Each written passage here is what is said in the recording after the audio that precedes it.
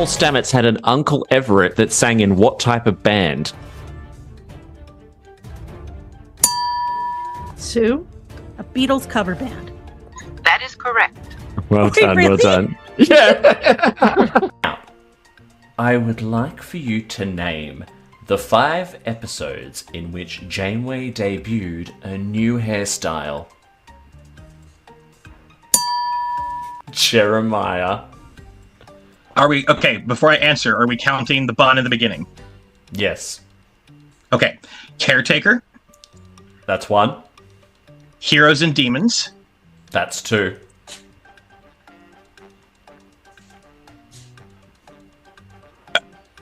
Protrusion, That's 3.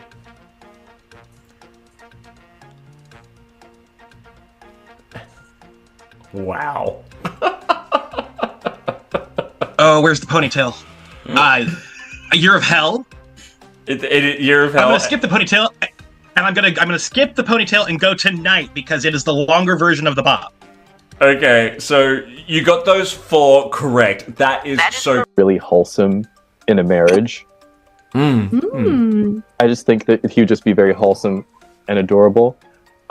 So I'd probably marry Wesley. Okay. And I would.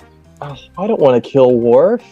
But you can't destroy Deep Space Nine. There's a lot of people living there. I know. God, what do I do? But here's the thing. You will be judged. But if I kill Worf, it's a matter of honor, right? It would have to be an honorable death.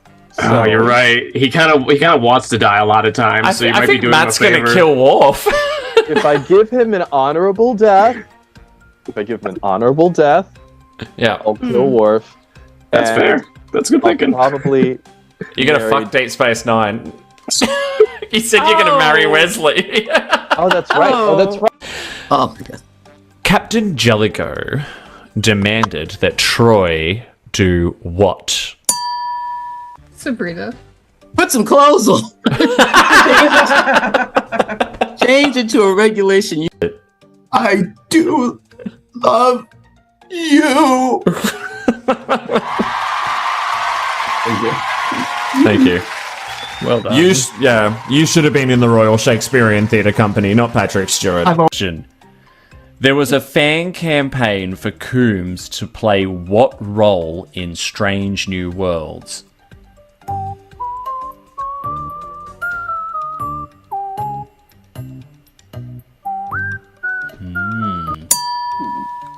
Todd. The Enterprise. Negative. He's done everything else in the freaking freaking franchise. Come on. You can do this. Much I love you. I do love you. Anyway, I'm not much of an actor. The group is the headliner of the show, the no-nonsense gal with the acerbic wit, Dorothy Beverly Crusher, who brings a sense of stability and refinement to the house that is, of course, when she isn't wrangling her eccentric and sexually bold mother, Loxana Troy. No, she's not Deanna's mother, she's Beverly's, you're misremembering. Or when she's not getting herself into trouble with candles or a certain hunky Scottish ex with a Canadian accent, Ronan. Throughout the series, our roommates try to navigate what it means to be a woman, romance, family, grief, and most of all, sisterhood, as they're thrown for all sorts of loops and into shenanigans, such as when Deanna's ex, Will Riker, shows up to try and win her back, or their crotchety neighbor Kermit the Frog wants to cut down a historic tree, or the day that Beverly and Laris find themselves in the pickle to outpickle all pickles when they find out they've been sleeping with the same man and decide to have a little fun at his expense. I present for your approval, Quark Tank, Space Sisters. The next one is very hard, so I am willing to give 2 points to anyone who can sing the entire Klingon section from We Are One. Julian, okay. Why you only calling us when we got your dramas? One of these days we'll repay you, we'll slay you. You're gonna draw your last breath at the end of Omecless. It's every Klingon's dream. Make your blood scream. Dear.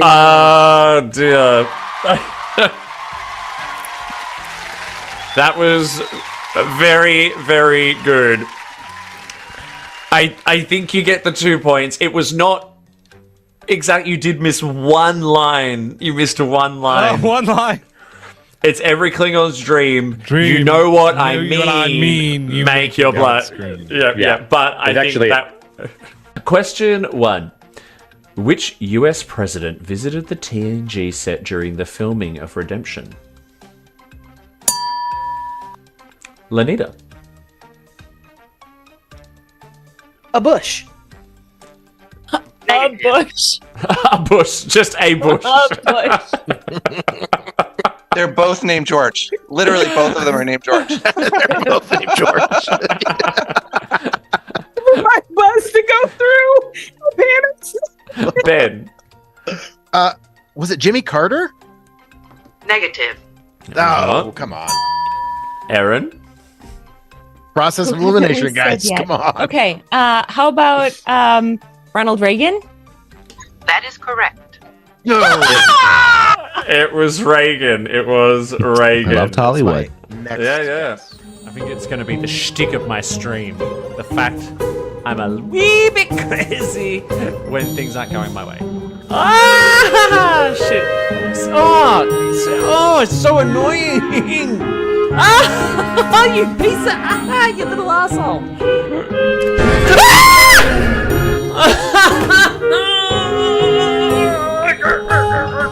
Get up! Get up! Oh, no! Oh, shit! I'm still in it! I'm still in it! Oh, shit! Oh, shit! Oh, you... Sorry. Oh,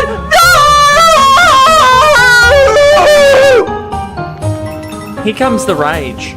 I tell ya, there is a rage building deep down within my good self.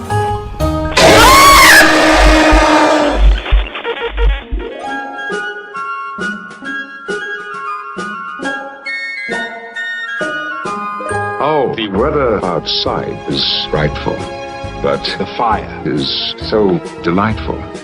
And since we've no place to go, make it so, make it so, make it so. Man, it doesn't show signs of stopping. And I brought me some tea Earl Grey hot. The lights are turned way down low. Make it so, make it so, make it so. When we finally kiss goodnight. How I hate going out in the storm. But if you... Really? Shut up, Wesley! All the way home, I'll be... Warm. Oh, the fire is slowly dying. And my dear... We're still goodbye, then. But As long as you love me so. make it so. Make it so. Make it so.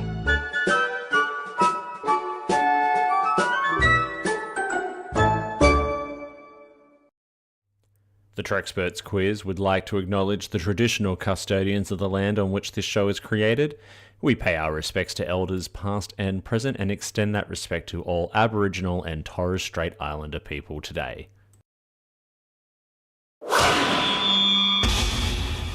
Double T Media. You're listening to BQN. Assimilate the audio.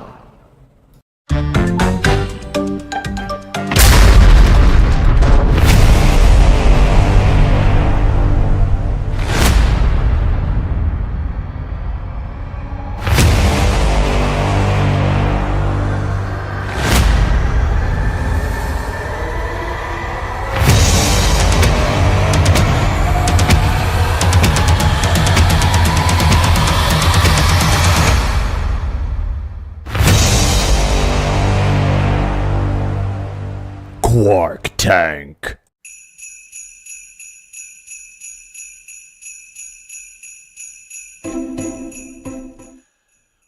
Well, hello,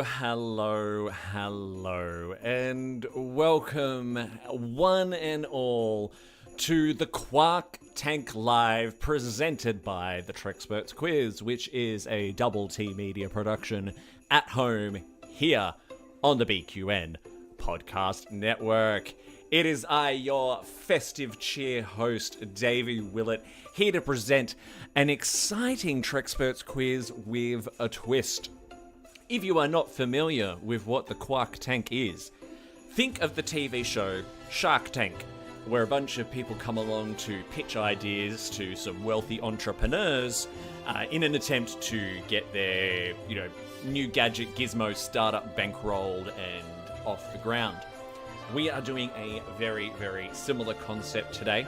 You may remember we did this some time ago during the Battle of the Bevs as a segment, but today we have a whole festive episode of the Quark Tank. So we have got 5 different teams from across the Star Trek podcasting galaxy here today, all ready to pitch their idea for the ideal, or what they think is the ideal, Star Trek holiday special. Now, they're going to be pitching that to our Quarks. We have a very, very special group of Quarks today who are going to join me now. Can I get my Quarks to join me on screen? We have got Quark Ashlyn from the Duras Sisters. We have got Quark Sam. We've got Quark Mike from Deep Space Pride, and we have got Grand Nagus Giraffe from Strange New Pod. Welcome. And also big welcome to everyone who is watching live. We are on YouTube, Facebook, we're on Twitch, we're on X, you name it. This is going out across the airwaves today. YouTube is probably the best place to interact because there may be some polls and stuff like that going on later. Remember, everyone in the chat, you can also grill our Quarks today too. So if you've got questions during each presentation, make sure to put them in the chat and we'll see if we can get to some of them during each one. But before we get to those, let's get to know our Quarks. These are the ones with the Latinum to invest in our Star Trek holiday special ideas. And we're going to just get to know a little bit about each of our Quarks and what it is. And I'll start with you, Ashlyn, if I can. What will it take to make you give up your Latinum today? Of course. So a Star Trek holiday special is a very special thing. And I'm going to want to see a pitch that is detail-oriented, have gotten a lot of their things and flattened out. They know what they're putting on the screen. I want it to make sense and be maybe plausible in some way. I want it to be exciting, and I want to feel the mood of the holiday spirit or the community spirit. So maybe a high bar, but I'm excited to see our pitches today. You want it to make sense. I think you're starting a little sense. bit. Whoa.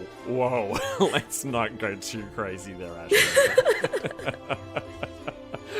All right. So I think that's. I think that does set a good baseline. But I'll go now to Quark Sam. Sam, what will it take for you to open up that little purse of yours and distribute your bars? Well, I've thought long and hard about this, and I think the only thing that will get me to back a proposal is Art Carney's Ghost. Okay, niche, but cool. Meanwhile, everyone, all the groups are in the green room at the moment, going, "All right, how do I put that into my pitch?" Interesting. Thank you, Sam. Quark Mike, what are you looking for today? I am looking for something that covers the diversity of the Star Trek universe. Something that gives a great message to viewers, both fans and new potential fans as well. And something that is completely not the Star Wars holiday special that will live on in infamy. So Let's set the bar slightly above that one for reference sake. So cool. So no that is what I'm Starship looking for. musical numbers or dancing Wookiees or anything like that. No dancing Wookiees, please, or dancing dwarfs necessarily. Although that I don't know, that might be something there. So I like this. Yes.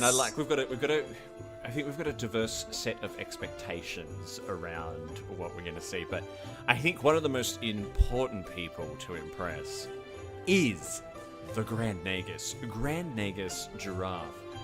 What are you looking for today? I'm looking for pizzazz. I'm looking for drama. I'm looking for, insane costuming choices. I'm looking for the unexpected cameo. Oh, I didn't think Okuna would show up or something like that. I'm looking for the Star Trek episode I'm gonna watch, and at the end I'm gonna be, what did I just watch? But I'm gonna like this. Yeah, big production. I'm not into musicals at all, so no dancing, no numbers, just FYI. But I want the drama. I want telenovela level of drama. Oh yeah. That's I mean, telenovela drama, just nothing says like Christmas or the holidays more than a telenovela drama. Really. Some bad lip syncing and some bad slaps. Exactly. And it was your brother that did everything. Wine in the face. Yeah. Exactly. Surprise me. Well, look, to our teams who are waiting in the wings, please don't feel the need to do any last-minute adjustments to your pitches based on any of that feedback, because you never know what could wind up hitting a nerve today. I think for me, I would love it if maybe someone at Paramount watches this and goes, do you know what? It's time we did an actual good, high-quality Star Trek holiday special, because I want a Star Trek holiday special that I can put on year after year in between Home Alone 2, and Love Actually, or as I like to call it, Horrible People, the movie. So we've got the chat going as well. And we get some great ideas coming through in there for what they're looking for too. So remember, chat, when our pitches are coming through, you can ask questions of them, and we will try to integrate some of your questions into the interrogation. Now, I think we've got a lot to get through today, so I think we need to get started with our first group. Can I please introduce Sophia and Adrian from Where's Beverly? Enter the Quark Tank. Oh dear. All right. I'm going to switch to speaker mode. Ladies, impress us. Let's go. All right. Thank you, everyone, for joining us this evening. We are the ghosts of Catherine Janeway's poor unfortunate sisters, from a previous incarnation where we were all working in the factory with Fontaine in Charles Dickens' London. We lived a charmed life, the three of us, orphans, enjoying what little free time we had selling Katharine Hepburn impressions for cheese.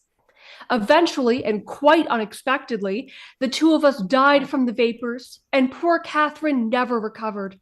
Left alone in Victorian London, burdened with the guilt of our deaths, one night, in a fit of grief and caffeine withdrawal, she called upon the demon of Christmas spite to harden her heart against all joy and love of Christmas. For eternity. And thus she's been reincarnating over and over again, never finding love, never ice skating, never having the chance to reunite with her high school flame, all because of that tiny, insignificant decision to call upon a demon and willingly enter into an eternal curse. Semantics. Anyway, this is where we find her, or rather, where the story begins, with another equally burdened but not quite so hardened soul. Picture it. New Rocky Mountain Hideaway Inn, Vermont, December 2010. The recently widowed father Chakotay is struggling to care for his orphaned nephews, Tom Paris and Harry Kim, also, as fate would have it, widowed fathers themselves. Tom and Harry have been struggling to weld a Christmas angel for the tree, but it isn't going well and everything is awful. The bank run by notorious banker Quark has told Chakotay and his foster sister Laris that they have run out of time to cough up the money they owe on the mortgage. A cool 20 million bars of latinum. We're being honest here, you guys. It's not great, and Tom and Harry know what's going on. They are, after all, very smart 40-year-old children. Desperate to save their surrogate father's candy factory, Christmas tree farm, bed and breakfast inn, and by extension, Christmas, Tom and Harry split up. Harry goes into the town to the local dressmaker, scrounging up his last shillings to buy a dress for Laris so that she can look sexy in case they lose the inn and she dies of unfulfilled Christmas spirit as a result. Tom goes to the outskirts of town to find Chakotay's long-lost sister, 7 of 9, who was banished from the town years ago for refusing to shut down her health clinic to make room for a gingerbread cookie store. While selecting the perfect dress for Laris to sexually die in, Harry bumps into a woman so ethereal, so otherworldly, that Harry has to do a double take to make sure he isn't face to face with his very own Christmas angel. Clad in a pristine white pantsuit, her hair perfectly coiffed, stands Catherine Janeway, a fancy business lady who's come to town to ruin Christmas. And by that, I mean she has the audacity to do her job in December without even considering taking a day off just to drink apple cider and think about Santa. Although she's lost her Christmas spirit years ago, Catherine is struck by the 40-year-old child trying to pay for a $400 ball gown with Monopoly money and immediately pays for the dress. Just because she doesn't believe in Christmas doesn't mean that a grown man-child should go without.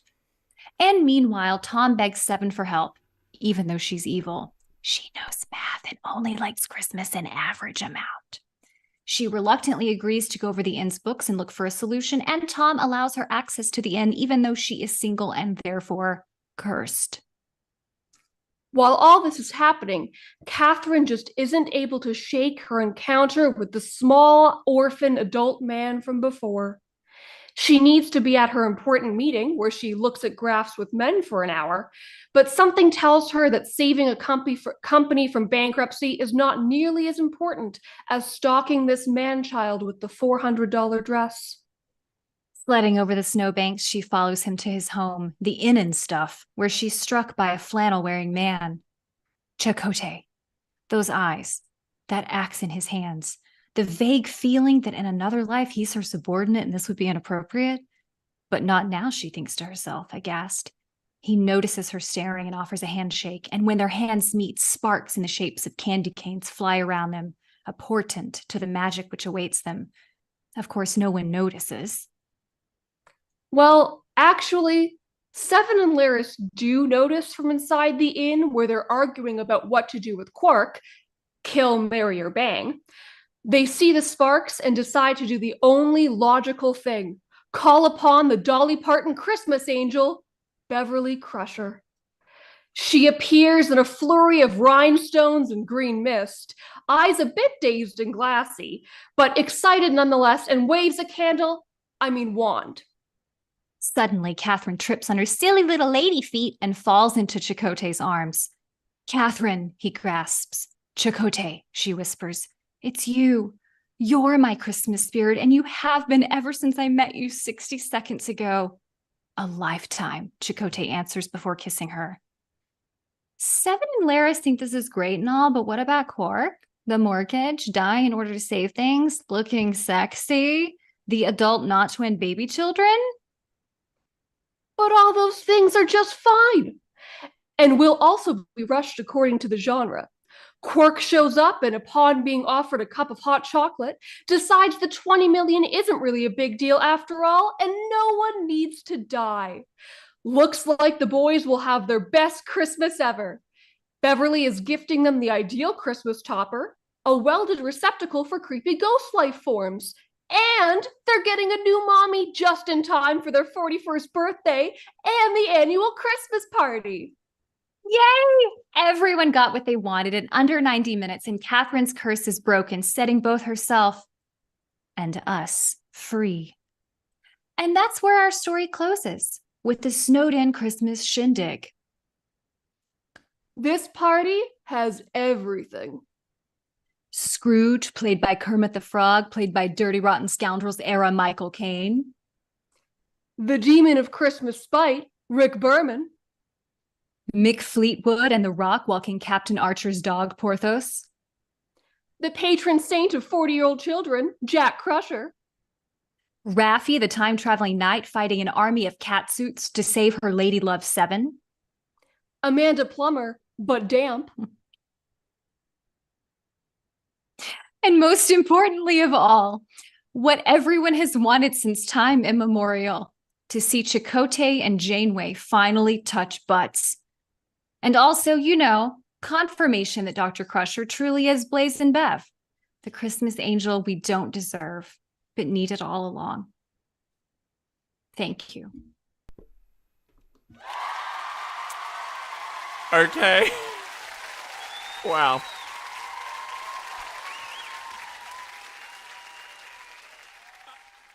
I think we all need a moment. Now, we were only streaming the image of Adrian and Sophia, but I could see the Quarks absolutely... Well, they were loving it, but they were losing it at the same time. That was everything I've come to expect from you both and more, really. You're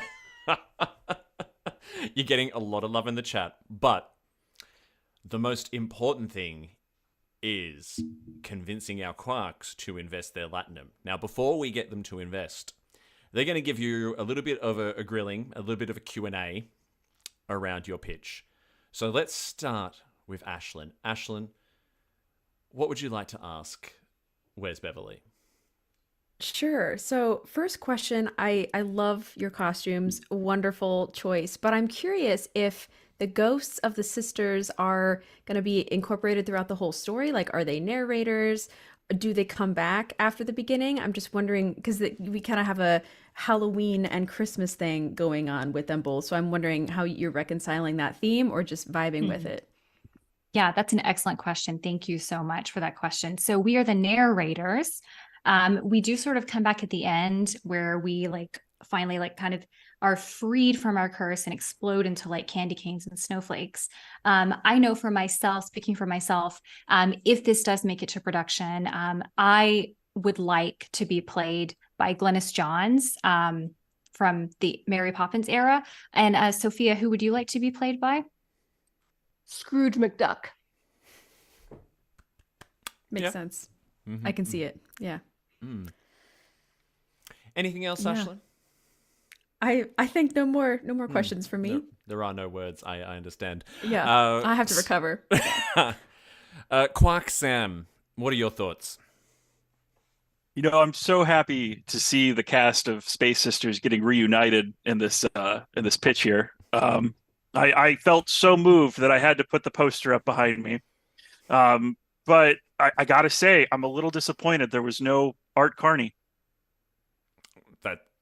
Yet. There's no Art Carney yet. So what you didn't see, Sam, is the sort of like post-credit scene where Art Carney and Will Ferrell like show up and reenact a scene from Elf where Art Carney plays Buddy's father. And they have this like reunited kind of really lovely moment. So I'm really sorry that we forgot to mention that. No, I appreciate you clarifying that. All right, I have no further questions. Excellent. Thank you, Quark Sam and Quark Mike. I am thoroughly impressed with this presentation. Watching my fellow Quarks enjoy and laugh through the funny parts and the not so funny parts of this story. I feel like this is a launching pad for the Hall Quark channel. perhaps. This is actually going to air on National Geographic. It launches Okay. Shark Week. I see. Oh, okay. Well, that's unfortunate. I was really looking to invest in Quark. But I actually really have no questions. I mean, well, I do have one. Is there any, if we can put enough Latinum together, is there any star from any of the other Star Treks that you would like to incorporate into this story that you have not yet? The macrovirus that Catherine Janeway kills with a knife. I wonder if they're available, though. They do have a very anyway. full schedule. Yeah. They do, indeed. That's all I have. I mean, fabulous presentation. The costumes were amazing. Thank you so much. Thank you, Quark Mike. And finally, Grand Nagus Giraffe. Hello.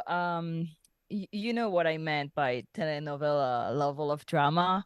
So first of all, thank you, for respecting the spec. I have a question.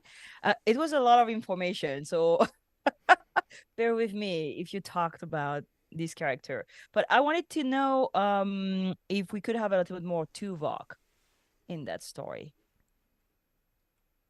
If it were any possible to have a little bit of Team Ross. Absolutely. I think there's always a place for Tim Russ in anything, right? Absolutely. So I envision there's a few possibilities here with Tim Russ. So first of all, he could be sort of a third narrator, like the Ghost of Christmas Future figure in a way, right? Creepy, but elegant and sophisticated in a Shakespearean way. So I feel like that would be an excellent moment for Tuvok to really shine. Perhaps he guides the narrators and also the characters through this. Alternatively, he is the one in heaven sort of talking to Dolly Parton, Christmas Angel Beverly Crusher, encouraging her, hey, this is how you get your wings, Clarence, right? Please go help these ridiculous people. So either a third narrator or God. I think Tuvok as God is fantastic and terrifying. So yes. You also spoke about the Catherine Janeway's iconic white suit, right? I love this. Are you envisioning the same suit, or would you bring in, like some redesigning, like we've seen in Strange New Worlds, for example, of the original costumes of Voyager? The same suit, but slightly damp and covered in rhinestones. And also...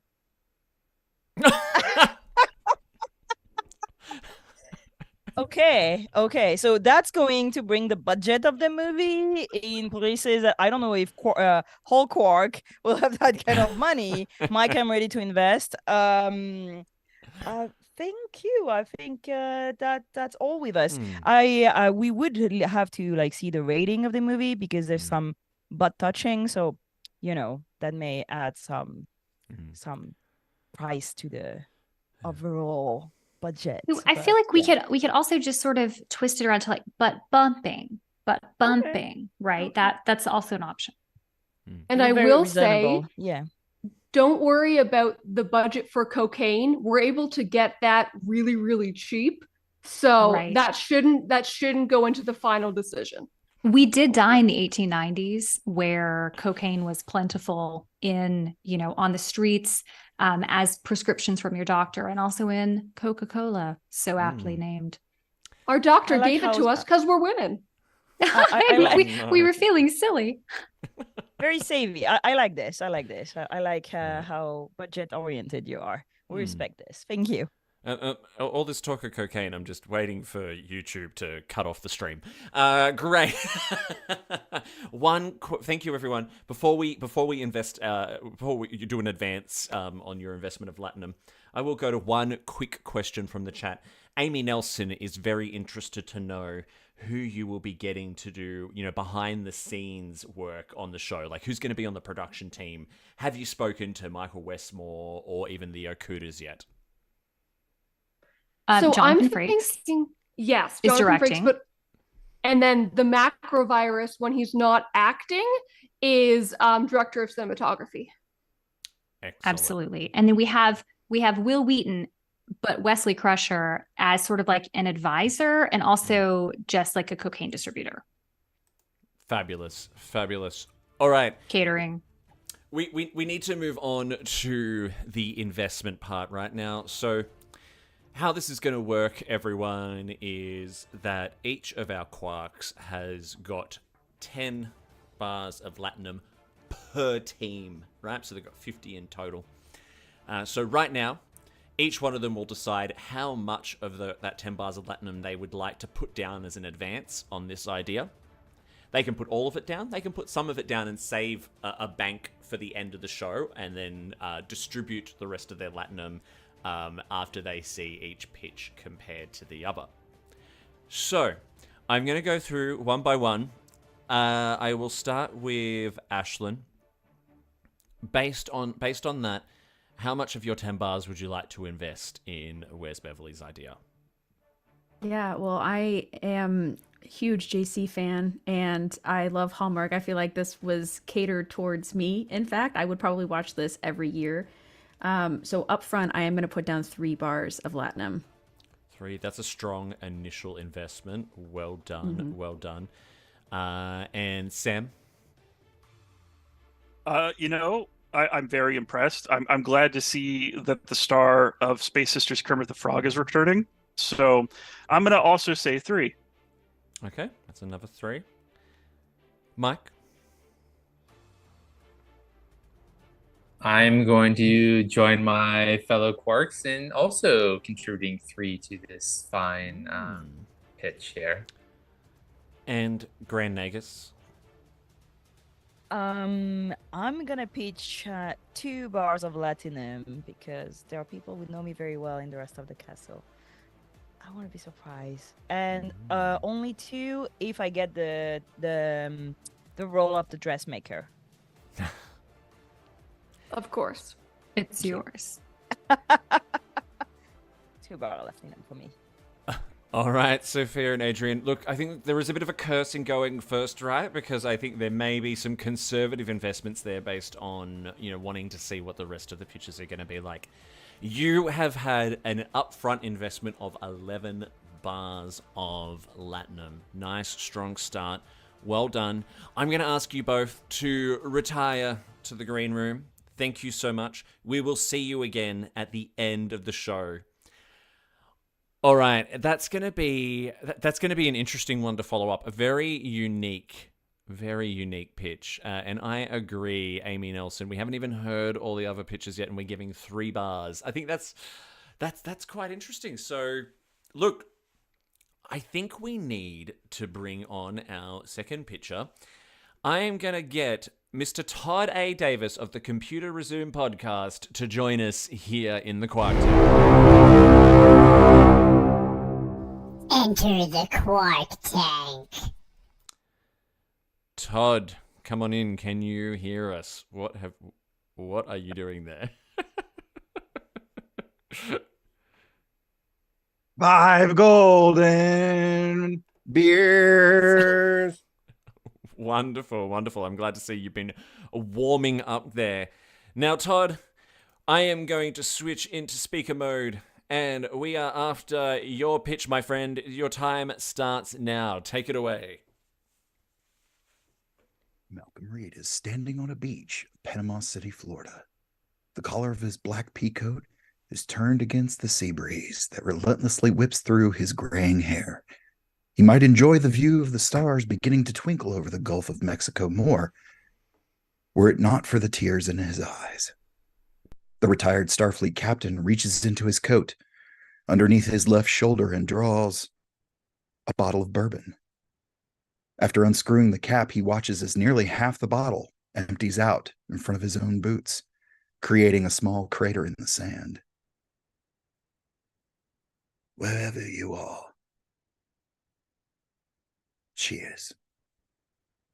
Between swigs, he lets the bottle hang at his side on the 6-mile walk back to Tyndall's shuttle dock, where his Starfleet-assigned babysitter would eagerly await to annoy him all the way back to Seattle. Christmas Eve, 2178. Malcolm finishes another cocktail while brooding out the floor-to-ceiling windows of his Alki Point residential unit over Elliott Bay, when his antique grandfather clock began to toll the hour. Suddenly, his clock wasn't the only thing ringing. Unsure if the tone was real or merely a figment of his slightly inebriated imagination, Malcolm cautiously makes his way to the front door, hesitating only slightly in front of the weapons case containing a pair of phase pistols from his days aboard the NX-01, now just a place to rest his nearly empty glass. He takes a tactical position on the side of the door with the activation panel, readies himself, and activates it. A hooded figure dives through the door, grabbing Malcolm's right hand with their left and clutching a handful of Malcolm's sweater with their right. They push and shove each other and battle, Malcolm grunting against the inebriation from the alcohol. They finally back up against the weapons case. Malcolm, with his free hand, grabs the hood, pulls it back, and reveals the face of the man who was his commanding officer and friend 17 years ago, Commander Charles Tucker III. Cut to black. It's been a long road getting from there to here. Everybody, it's been a long time, but my time is finally here. Suck it, giraffe. I know that you hate singing. And I can see my dream come alive at last. I I will touch the sky. No, And they're not gonna hold me down no more. No, they're not gonna change my mind. 'Cause I got faith of the heart. Going where my heart will take me. Yeah, I'm singing the whole thing. I got faith to believe I can do anything. I got strength of the soul. No one's gonna bend or break me. I can't reach a star. I've got faith. I've got faith. Faith of the heart.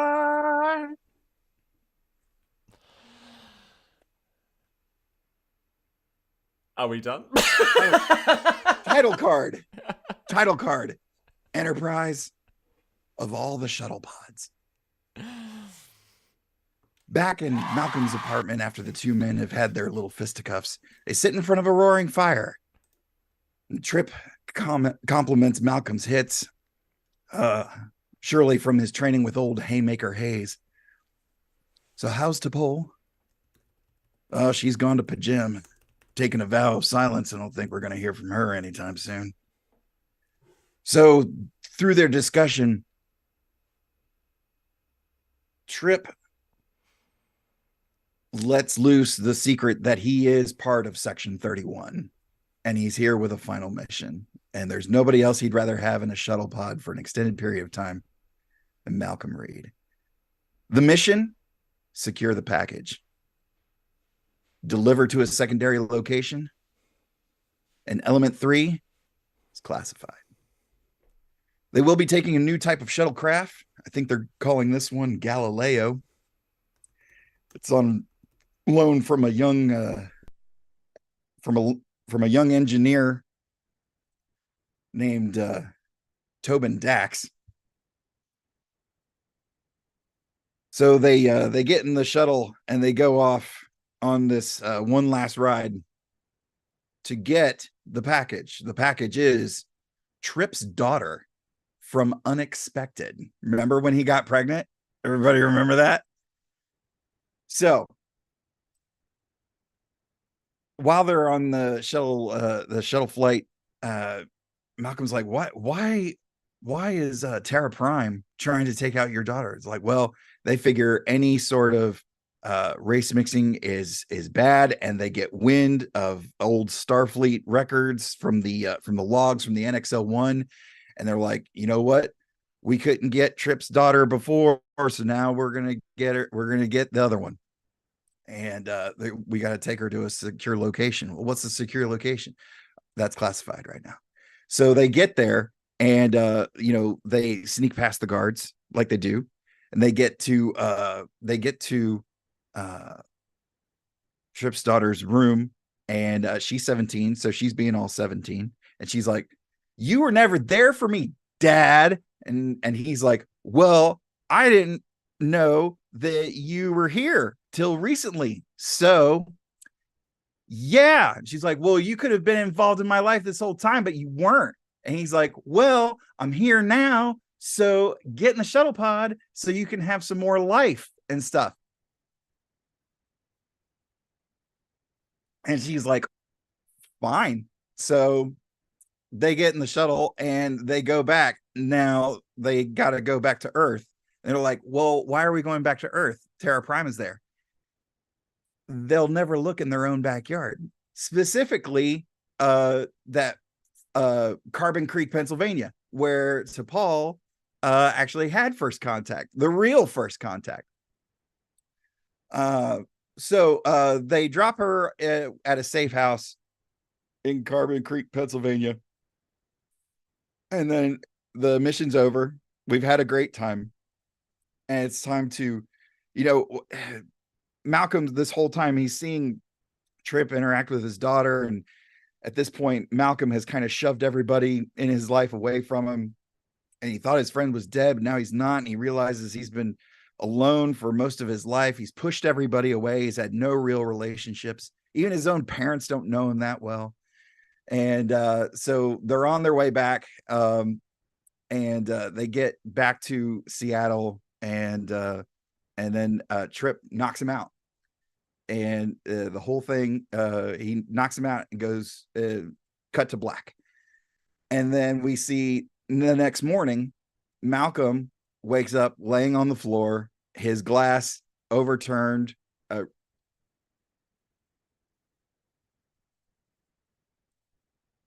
His glass is overturned sideways on the carpet, and there's a wet spot there on the floor from the drink. Oh, that was a lot. Oh. So he wakes up, there's a wet spot on the floor, and he thinks, "Oh man, what a crazy dream." And he's really feeling the drinks. So he calls the one person that he has actually kept in his life, and it's Phlox. And Phlox gets there and diagnoses him with a hangover. And so Phlox says, "As your doctor and friend, I order you to take 2 of these and call me in the morning." And opens the front door, and there's Travis and Hoshi. They're like, "Happy holidays." And Hoshi was like, "Yeah, Phlox was thinking you might need some cheering up." And Travis comes in. He's like, "Hey, man. Oh, by the way, there's a package outside your door." And so they come in, and Malcolm steps outside, and sure enough, there's a box outside the front door, and it's got a Starfleet logo on it. It's not like a paper box. It's like a mechanical, like locker type box. They bring it in, and they put it on the table, and Malcolm touches the logo. They touch the logo, and this voice comes on and goes, "Do you accept the last will and testament of Charles Tucker III?" And Malcolm's like, "You know what? I think I better open this in the other room. Y'all make yourselves comfortable. Stop pouring the Christmas cheer." And Phlox is like, "What?" And he's like, "Don't worry, Doc. I'll be sticking with water, maybe some coffee." And he gets into the other room. He opens up the box, and inside there's a Frankenstein's monster action figure and a bottle of bourbon with a note that says, "Try not to drink it all. Try not to drink it alone." And Malcolm joins everybody else back in the living room, and the glasses of cheer and 1 glass of water have been poured and distributed. And Malcolm raises his glass of water, says, "To everyone who's here," and everybody smiles and goes, "And to everyone who isn't." And the smiles remain, but now it's somber agreement. And Malcolm says, "Wherever you are, cheers." And as the ghost of Art Carney observed, "Hugh bless us, everyone."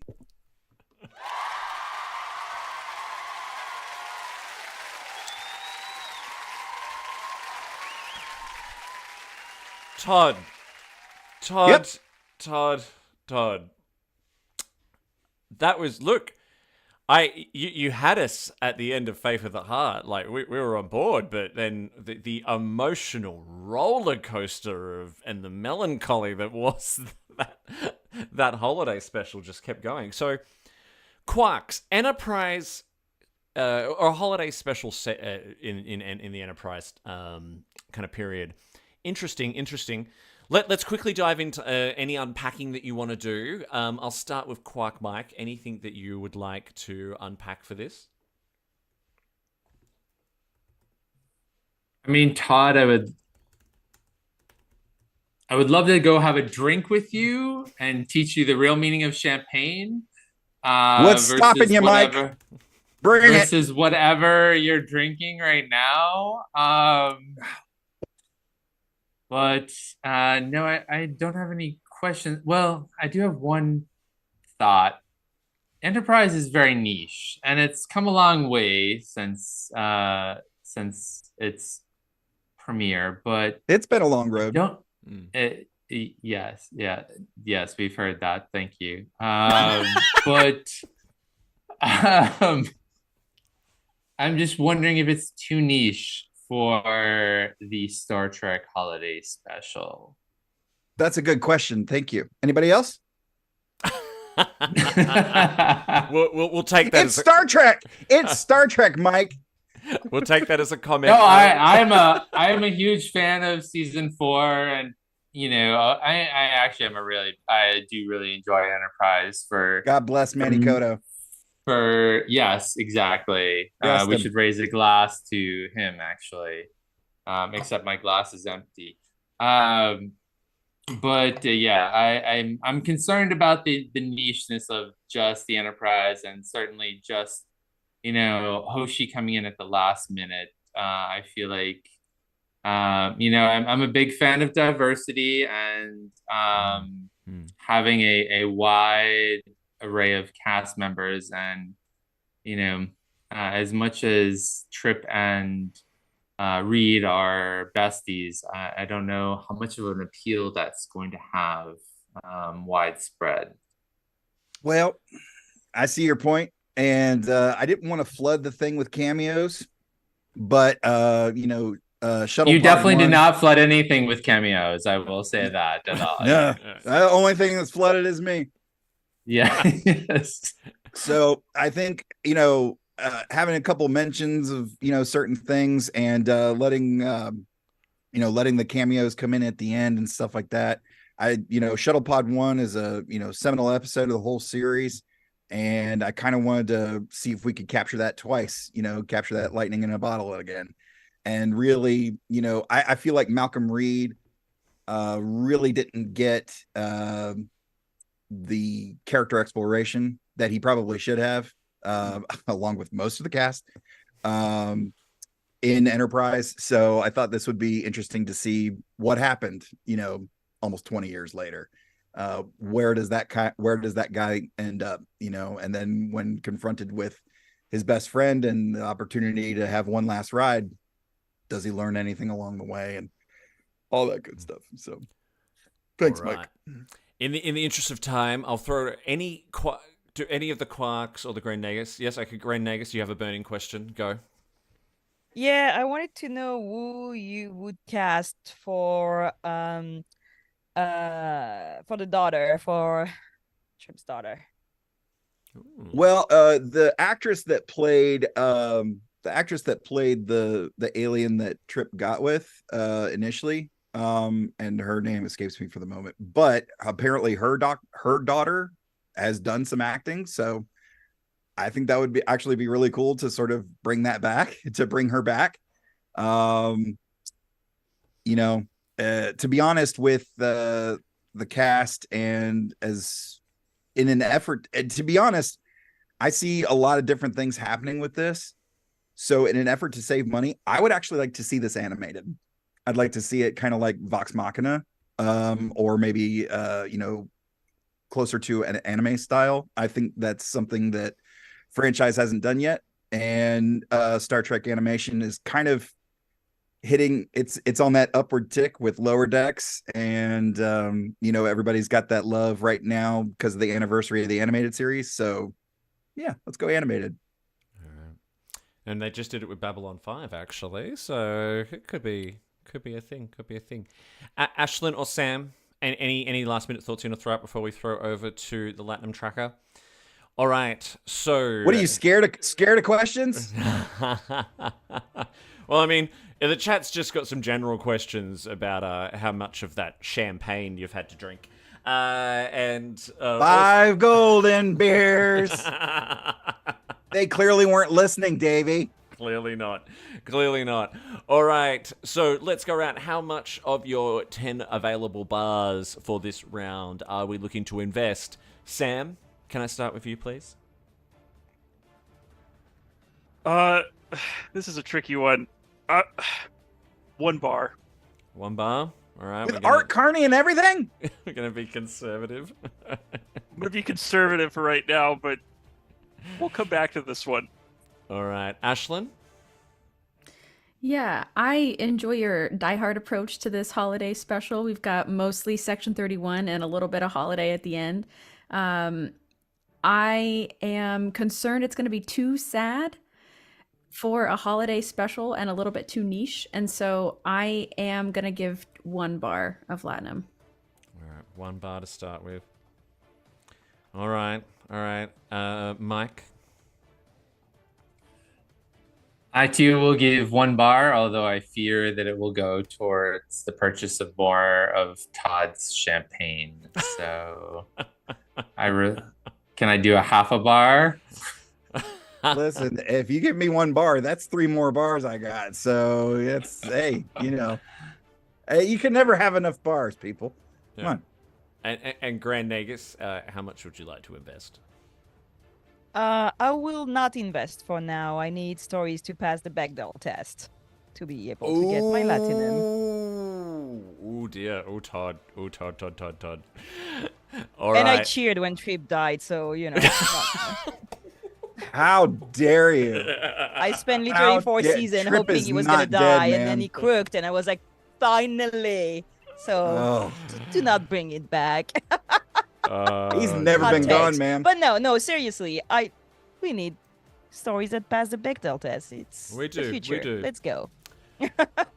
All right, Todd, that gives you 3 bars of Latinum as your initial. It's your initial investment, all right? So you can get more at the end. Please go and hang out with and thank you so much for that emotional ride. It was quite the roller coaster. Please go back My and pleasure. join the other teams in the green room. We will see you again at the end of the show. All right, Quarks, that is 2 down. We've got 3 to go. We're doing well. All right. So let's bring in our next team. I think now these two were actually on Treksperts Quiz not too long ago. Hailing Frequencies Open is a fantastic show. Their entire cast joined us and they were a lot of fun. But today I'd like to welcome on Mike and Lanita. Hello. Hello, everyone. Well, I just want to say, every time you say Mike for Quark Mike, my blood pressure goes, is he calling on me? Like, is the teacher calling on me? The story of being Mike. So here's to you. Now, I understand you've got a bit of a visual aid for your pitch today. Is that correct? That is correct. Absolutely. Well, absolutely. It should be all yours. So, all right. feel free to share away and show us what you got. All right, let's see. I want to start by saying. Oh, go ahead, Mike. No, Mike, you go. Host disabled participant screen sharing. Oh no, let me just see if I can fix that. One moment, please. Dear. Try now. Okay. You were saying, Lenita. Thank you all for having us here today on Quark Tanks. We are excited to present to you our amazing ideas for a Star Trek holiday special. We know that some of you have certain likes, dislikes. However, we believe that what we are going to present today is going to change your collective minds about the things you think you don't like. So be prepared to have your socks blown off that you're going to say, here are all our bars, Latinum. We're funding your special. Amazing. Mike Jones, take it away. Mike, is it letting you share yet? I had to open system preferences. Sorry. now the problem is on my end. What? Lenita, have you got anything else just to help fill time? Absolutely. Absolutely. We and see, but that is all right. So I want to say thank you. Oh, here and we go. All right. We are. Here Please stand by. All right. Brought to you by Sluggo Cola, the slimiest cola in the galaxy. It's the Star Trek Holiday Special with your host, Captain Picard. Starring the galaxy-wide famous subspace city Rockettes. And featuring Commander Data as Scrooge in a scene from A Christmas Carol, with special guest from the FCA, Brunt, as Marley's ghost. Keen viewers can spot Picard peeking in through the window as in full Scrooge getup, ready to step in just in case Data is actually Lore planning to ruin the ending by keeping Scrooge evil. Is that the ghost of Art Carney? Anyway, moving on. Special appearance by Beverly, the dancing Dr. Crusher, who will delight us with her tap dance version of the 12 Star Dates of Christmas. And the Starfleet Band will test the limits of subspace frequencies while accompanying the EMH as he sings a medley of holiday hits from the Delta Quadrant. We welcome aboard the Enterprise Show Choir singing holiday favorites, I'm Dreaming of a Ketracel White Christmas, I Saw 3 Starships Come Warping In, A Santa Clone is Coming to Town, and everyone's favorite Andorian, Shran, is singing I'll Have a Blue Christmas. Also, Klingon Krampus will be there to take dishonorable children to Stovacor. And a grand finale as the Guardian of Forever takes us back to The Nativity, starring Pelia. Yes, she is that old. This and more, Friday at 8/7 Central on NBC. Wow. Okay. I think that's something else. Let's round of applause.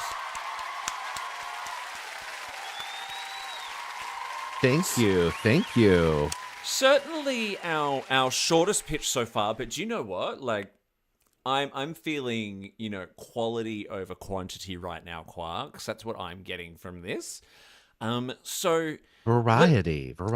Let's take it away. So in the chat, feel free to ask questions because these guys have given us time. So I'm going to start with Quark Sam this time around. What are your thoughts? What are your questions? What do you need to unpack from that very interesting and very original presentation? Coming into this episode of Quark Tank, I didn't know what to expect. I expected greatness, but I did not expect perfection. This has everything I want out of a holiday special. The inclusion of Art Carney's ghost, it just perfect. So all I have to ask, is there going to be a segment where we cut away to like Vulcan for a weird segue with like B. Arthur? Oh, absolutely, absolutely. B. Arthur bartending at a solemn. No one is. They're all eating plomeek soup, and she has to kick them all out. Yes, that's definitely on board. Excellent. I have no further questions. Thank you, Sam. Ashlyn? Sure. So, wow, I see so many similarities to the Star Wars holiday special, but I'm hoping that you will not make it terrible. Never terrible from us. No, We are musical theater and theater folks. We know production. Yes, That's true. no, that is what it seems like. So I'm hoping you have the will to commit to finish this project the way that it should be done. I do have a question. Because obviously you have an amazing lineup of performers on this variety show, but is there any sort of central narrative or overarching story happening, or is it just straight acts back to back to back?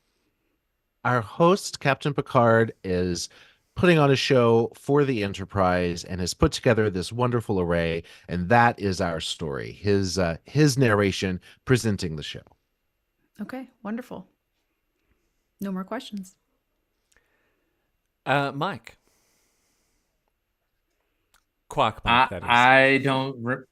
I don't remember enjoying 3 minutes of presentation more in last year than this presentation, to be quite honest. Take note, all of my other presentations that I've attended. I don't have any questions other than I love it, and I'm going to put up right away. I'm going to put up 6 bars of Latinum right up front.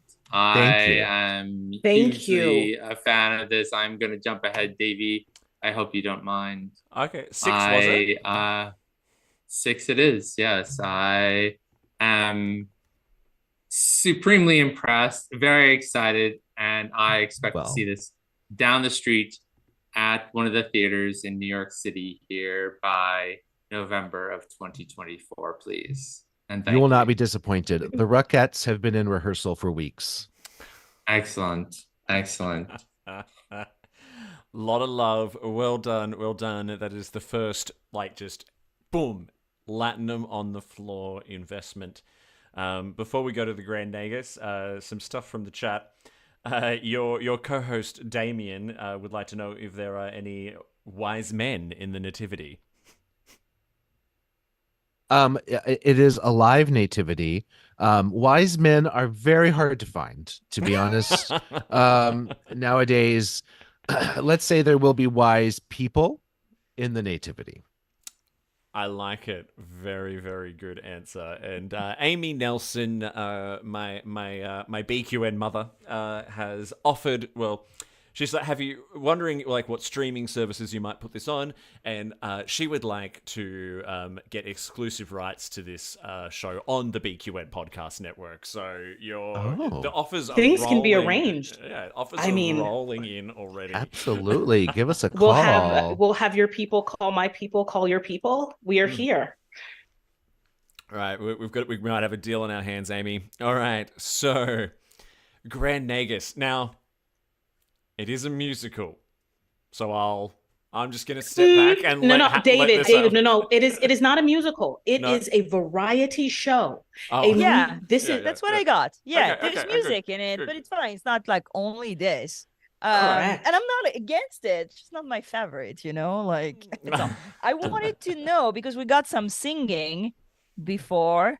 I wanted to know if you could give us a little taste of one of the songs that you advertised in this holiday special. Well, live on Instagram, we're singing. Like a blue Christmas, or I need to have a little tea. a white Ketracel Christmas. I would love to. Let's see what I can recall. I saw 3 starships come sailing in. Oh no, I already messed it up. It's warping in. We need more rehearsal. We'll get there. Okay. Good opening line though. I think that's all for me. I like that you know, that's definitely something I'd watch, and at the end I'd be what did I just watch? Which was one of my requirements. So, I mean, true. Dear. I think we've hit the mark Alright. there. You look. You know Absolutely. what? I think you've already got 6 bars of latinum. So let's go around the rest of the group. And how much of your 10 bars do you want to put down on the table for this? I'll start with Ashlyn. Yeah, I am very much looking forward to this. I'm going to put down 3 bars. 3 bars. Okay, good. Thank you. Thank you. On par with Where's Beverly. So you have got you're poised to take over them here, depending on what you get from the other Quarks. So, Quark Sam. So I have to clarify with you real quick, Davey, just to make sure I'm getting this right. So I have 10 latinum per pitch, right? Per pitch, yep. So you can invest up to 10 in this, or leave some more till the end. So up to you. All 10. All in. Whoa! Sam, we appreciate your investment. We're going to make this the best holiday special ever. Yes. Wow. Okay. That has definitely put you are the richest group so far. But Broadway, baby. Grand Nagus, what would you like to put down?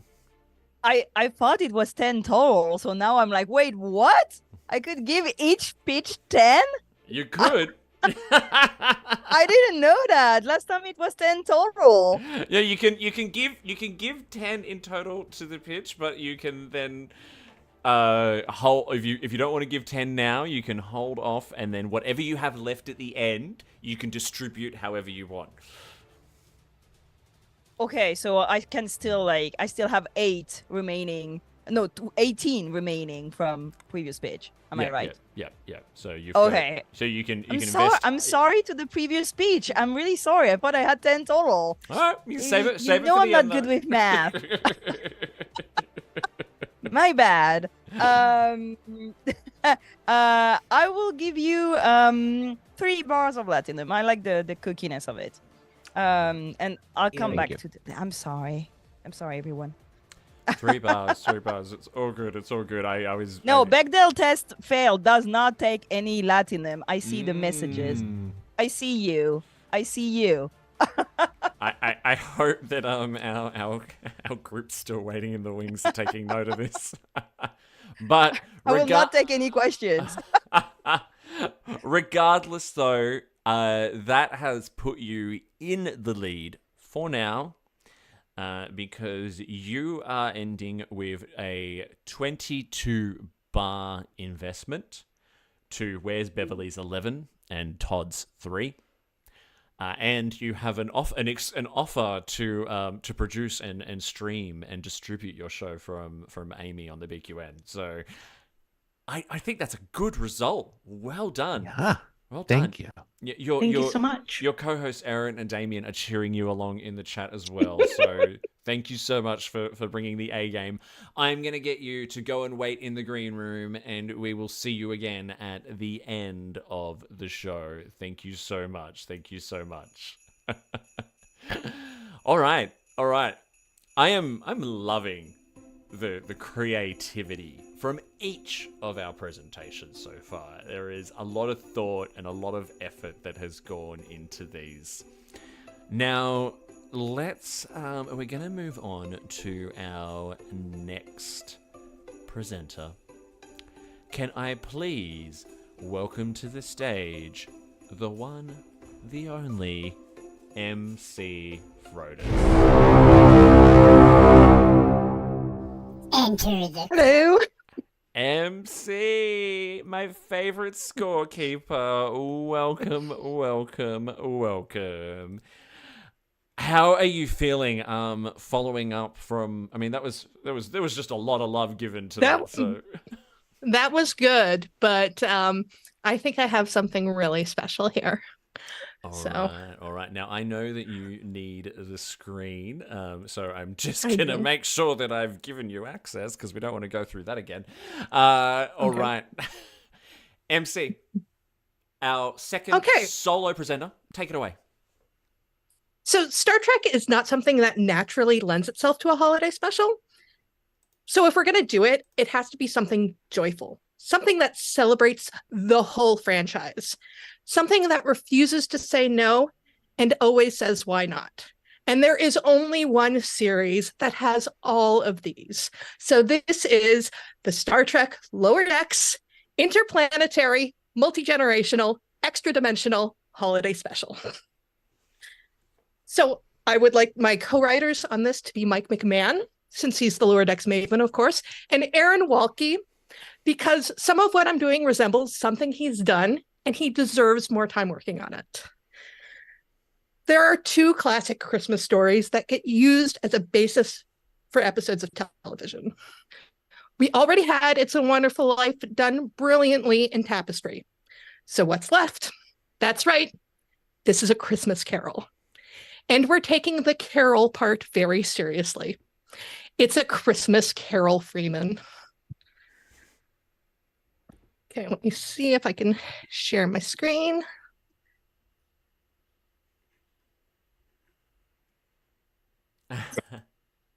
There we go. Okay, we can see that?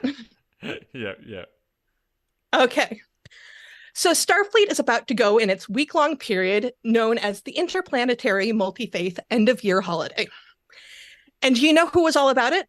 Mariner. She's wearing a Santa hat around the ship, singing Christmas songs. And Freeman is just so completely done with the festivities and points out that it's not even a Christmas holiday. So Mariner really needs to calm down. But Mariner points out that the holiday is for everyone to celebrate their own culture's end-of-the-year holiday. And the whole reason she went into command in the first place was so that she had a red shirt to wear with her Santa hat. And before that, she was captain. Freeman was really fun at Christmas. But Carol responds that was just to placate Mariner, but now she's grown up and Carol doesn't need to pretend she likes the holiday anymore.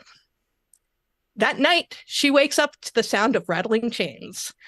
There is only one person who can be our Jacob Marley, and that is Sir Peace Stew himself. It's Jean-Luc Picard. You guys did see the changing of the picture, right? Yeah. It's working. Just making sure. And he is warning Carol to take the holiday into her heart the way he never did. Carol points out that, one, Picard lacks a heart to take the holiday into, and also, he's not dead.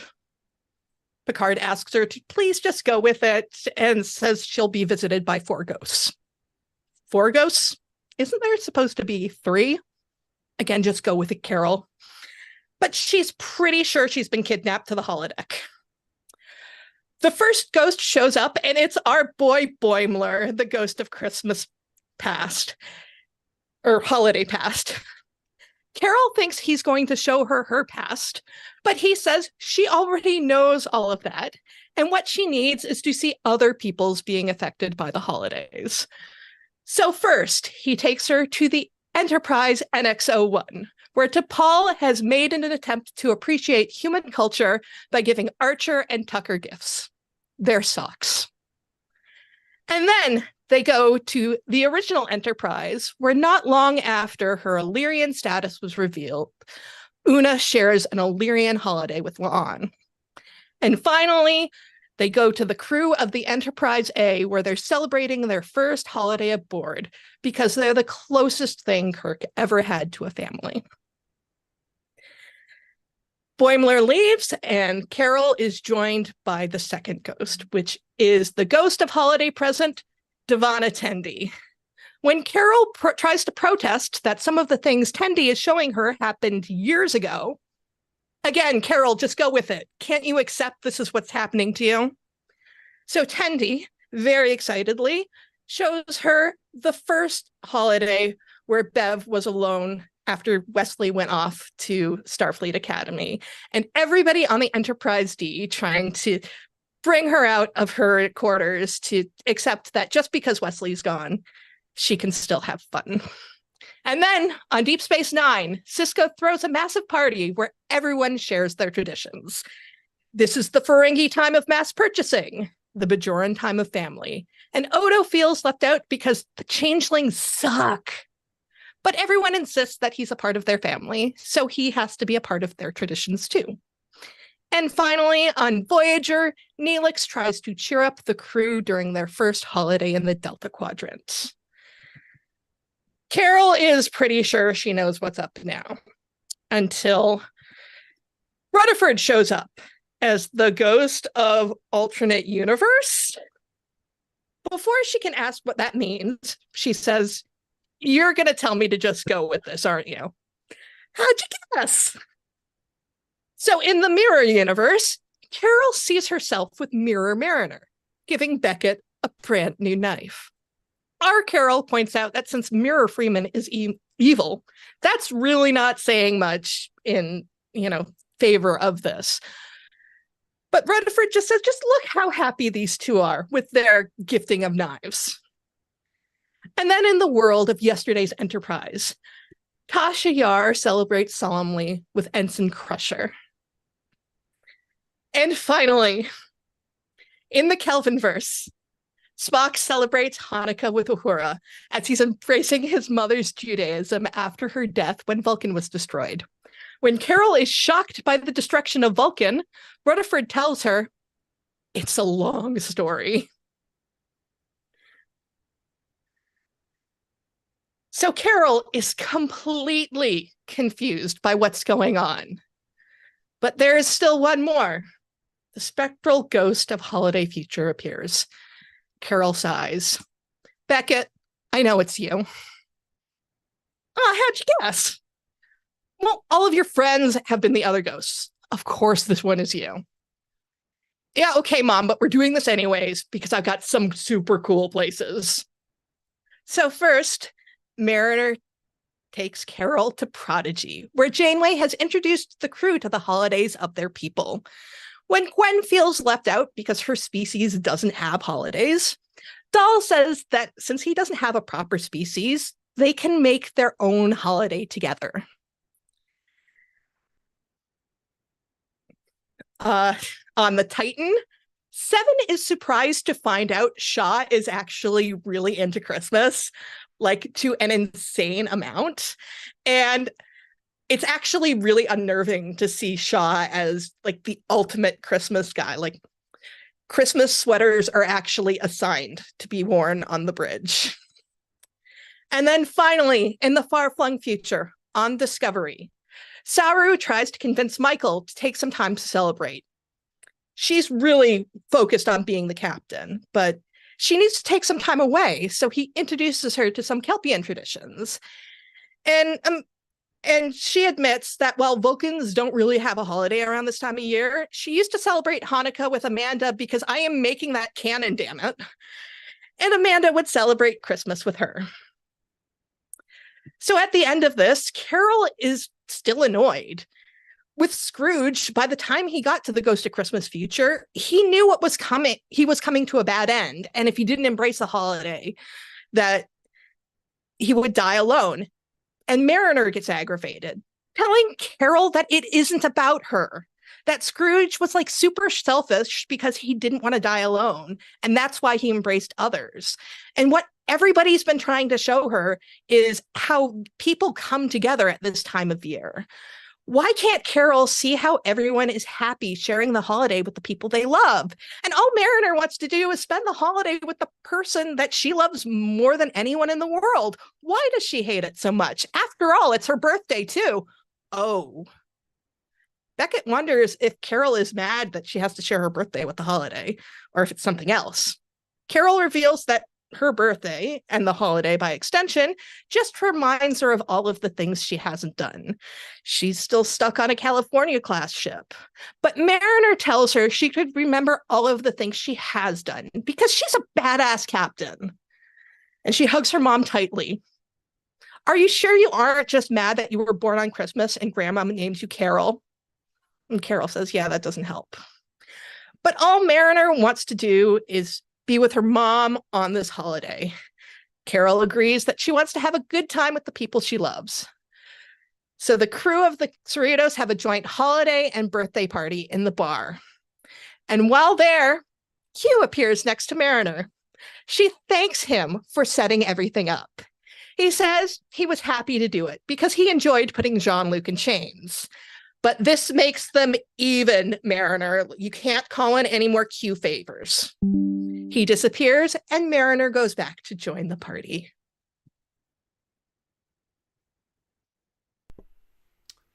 Well done. How was that? Okay, so loved the graphics. Loved the graphics. You're getting a lot of good love in the chat as well. Now, our Quarks. Another interesting multimedia pitch today. I'm going to go to Sam. Sam, what would you like to unpack with MC? You know, I did not expect 2 home runs in a row. Like this is the perfect Star Trek holiday special. David, I got to clarify another rule. So I have a bank of Latinum from the ones I didn't use, right? Yes, but you can only use up to 10 during the initial pitch, and then whatever you have in the bank at the end, you can distribute however you want. And we have FCA agents guarding the door, right? So Todd doesn't come in here. Absolutely. Okay. Yeah. I'm gonna give MC another 10 because not only did she like provide amazing graphics, but like, wow, what a great story. 10 out of 10. 10 out of 10. 10 straight up off the board. All right. Okay. There you go. Ashlyn, any questions before you hand out your Latinum? My only question is, did you draw the graphics? Like that was that I did. all you? That's absolutely amazing. The backgrounds were not the backgrounds. I just copy pasted because I got lazy. Yeah. Your Zachary Quinto looked eerily. It was exactly him. So wonderful, amazing. I'm gonna just also say I'm giving you a 10 right now. All my Latinum goes to you. I think having this live in the Lower Decks universe is absolutely brilliant because they are the chiefs of chaos and nonsense, and having this kind of story told in this way is brilliant. We get to see all the different types of Star Treks. So sorry, Davey, I'm jumping ahead, but I cannot be quiet about this pitch. So wonderful. That is fine. It was so good. It was so good. Thank you, Ashlyn. And Mike? Well, not to be a repeater, but I'm going to give 10 Latinum bars of Latinum as well. I thought this was amazing. I love Lower Decks. I think this was a perfect pitch.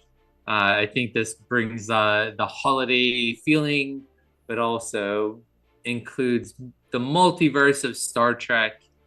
And your artwork is amazing. So 10 out of 10, I agree with Ashlyn on that. So yes, I have no notes, no qualms, nothing. When can we see this, please? Incredible. I'll see what I can do. Don't forget to keep the questions coming in the chat as well. Grand Nagus, anything that you have to query before handing out your Latinum? A technical question. So, first of all, amazing putting every single Star Trek series in their cameos. So, is it all animated? Every single cameos? Or do we have some cameos that are actually live action? I was debating that whether or not we wanted to go live action because I know Mike McMahon wants to do another live action. The reason I didn't specify that was because I couldn't find a picture of Dawn Lewis not smiling. So I couldn't Photoshop a picture of her as Grinchy Captain Freeman. But yeah, I think we could possibly do some live action segments. I think that would be a lot of fun. Okay, thank you. Should I pitch now? Because I feel like I'm the only one who didn't pitch. I feel so much better than everybody else gave 10 bars of Latinum, because I want to give 10 bars of Latinum also, but I didn't want to like sound like I was playing favorites or something. Oh, everybody will just assume it's because I did a picture of Spock and Uhura. Exactly. Well, duh. So yes, 10 for me also. Wow. That's a perfect score. 40 bars of Latinum has put you well and truly in the lead, but the Quarks, you have saved quite a bit in the bank. So depending on what we see next and how you feel once you've kind of had a chance to digest all of them, it could change. But MC, fabulous job. You are in a strong position. Amy's also now talking about bankrolling your show too. So there could be a bidding war. A streaming giants bidding war on our hands. MC, thank you so much. I'll get you to go back and hang out in the green room. We will see you back here again at the end of the show. All right, Quarks, before we bring on our final, a quick round the grounds. How are we feeling? What do you think our last group needs to pull out of the bag to impress? Giraffe, how are you feeling going into the last one? I don't know. I'm gonna say I don't see how they're gonna bring yet something else, but I know they will. Mm-hmm. So that's the beauty of Quark Tank, you know. That is indeed. I get out of the Quark Tank always ready to invest in a new streaming service. I think we are doing whole Quark, right, Mike? We're bankrolling this, right? The whole Quark network, it's happening. Whole Quark network, yes, absolutely. Yeah. Absolutely, yes. We should definitely. The whole Quark network is a thing. We're going to do this. And Ashlyn, what about you? How are you feeling after this? And what are you looking? What do you need to see in this last one for another perfect score? I'm feeling so inspired. There's so many different takes on the special that we're seeing tonight, and I have high hopes that we're going to see something else very creative and unique coming up for the last pitch. So I'm just excited to see what it is. And Sam? Can't be worse than Todd's. So I'm excited. Oh, Todd, you know what? I love you, Todd. I love you. But I also know you can take it. All right. Thank you. All right, so... Savage. Really savage, actually. All right, so our final group, I'm very, very excited to bring on. It's been a while since they've been on the quiz, but I know these two are hilarious. They are brother and sister, and they've been slowly doing a Mystery Science Theater 3000 take on the original series, where they watch it and comment and, basically blow it all to pieces, as appropriately. So, can I please, from Star Trek, the original siblings, can I please bring on Alex and Sammy? Enter the Quark Tank. Hey, you two. Hey, welcome. It's so good to see. How does it feel going last, right? You've been hanging out in the wings now for the last hour. We thought we were going second, and then so I don't know why we thought that, and then Todd went, and we're like, oh, we must be going third. Great to go after Todd. But so I guess we're going after everybody. So that's fine. We're ready for it. We don't have a visual aid, but we got this. Well, take it away. The floor is yours. Okay, so our version of the Christmas special is going to take place entirely in the original series universe, because I think we can all agree that most of the best Star Trek movies are with the cast of the original series. So, why change it up? Why confuse it? We're going to stick with what we know works here. So, without further ado, we're going to kind of act this one out for you. We present to you Spock the Halls. Captain's log, stardate 2112.25. We are en route to the planet Adventus 12 to deliver much-needed food and supplies.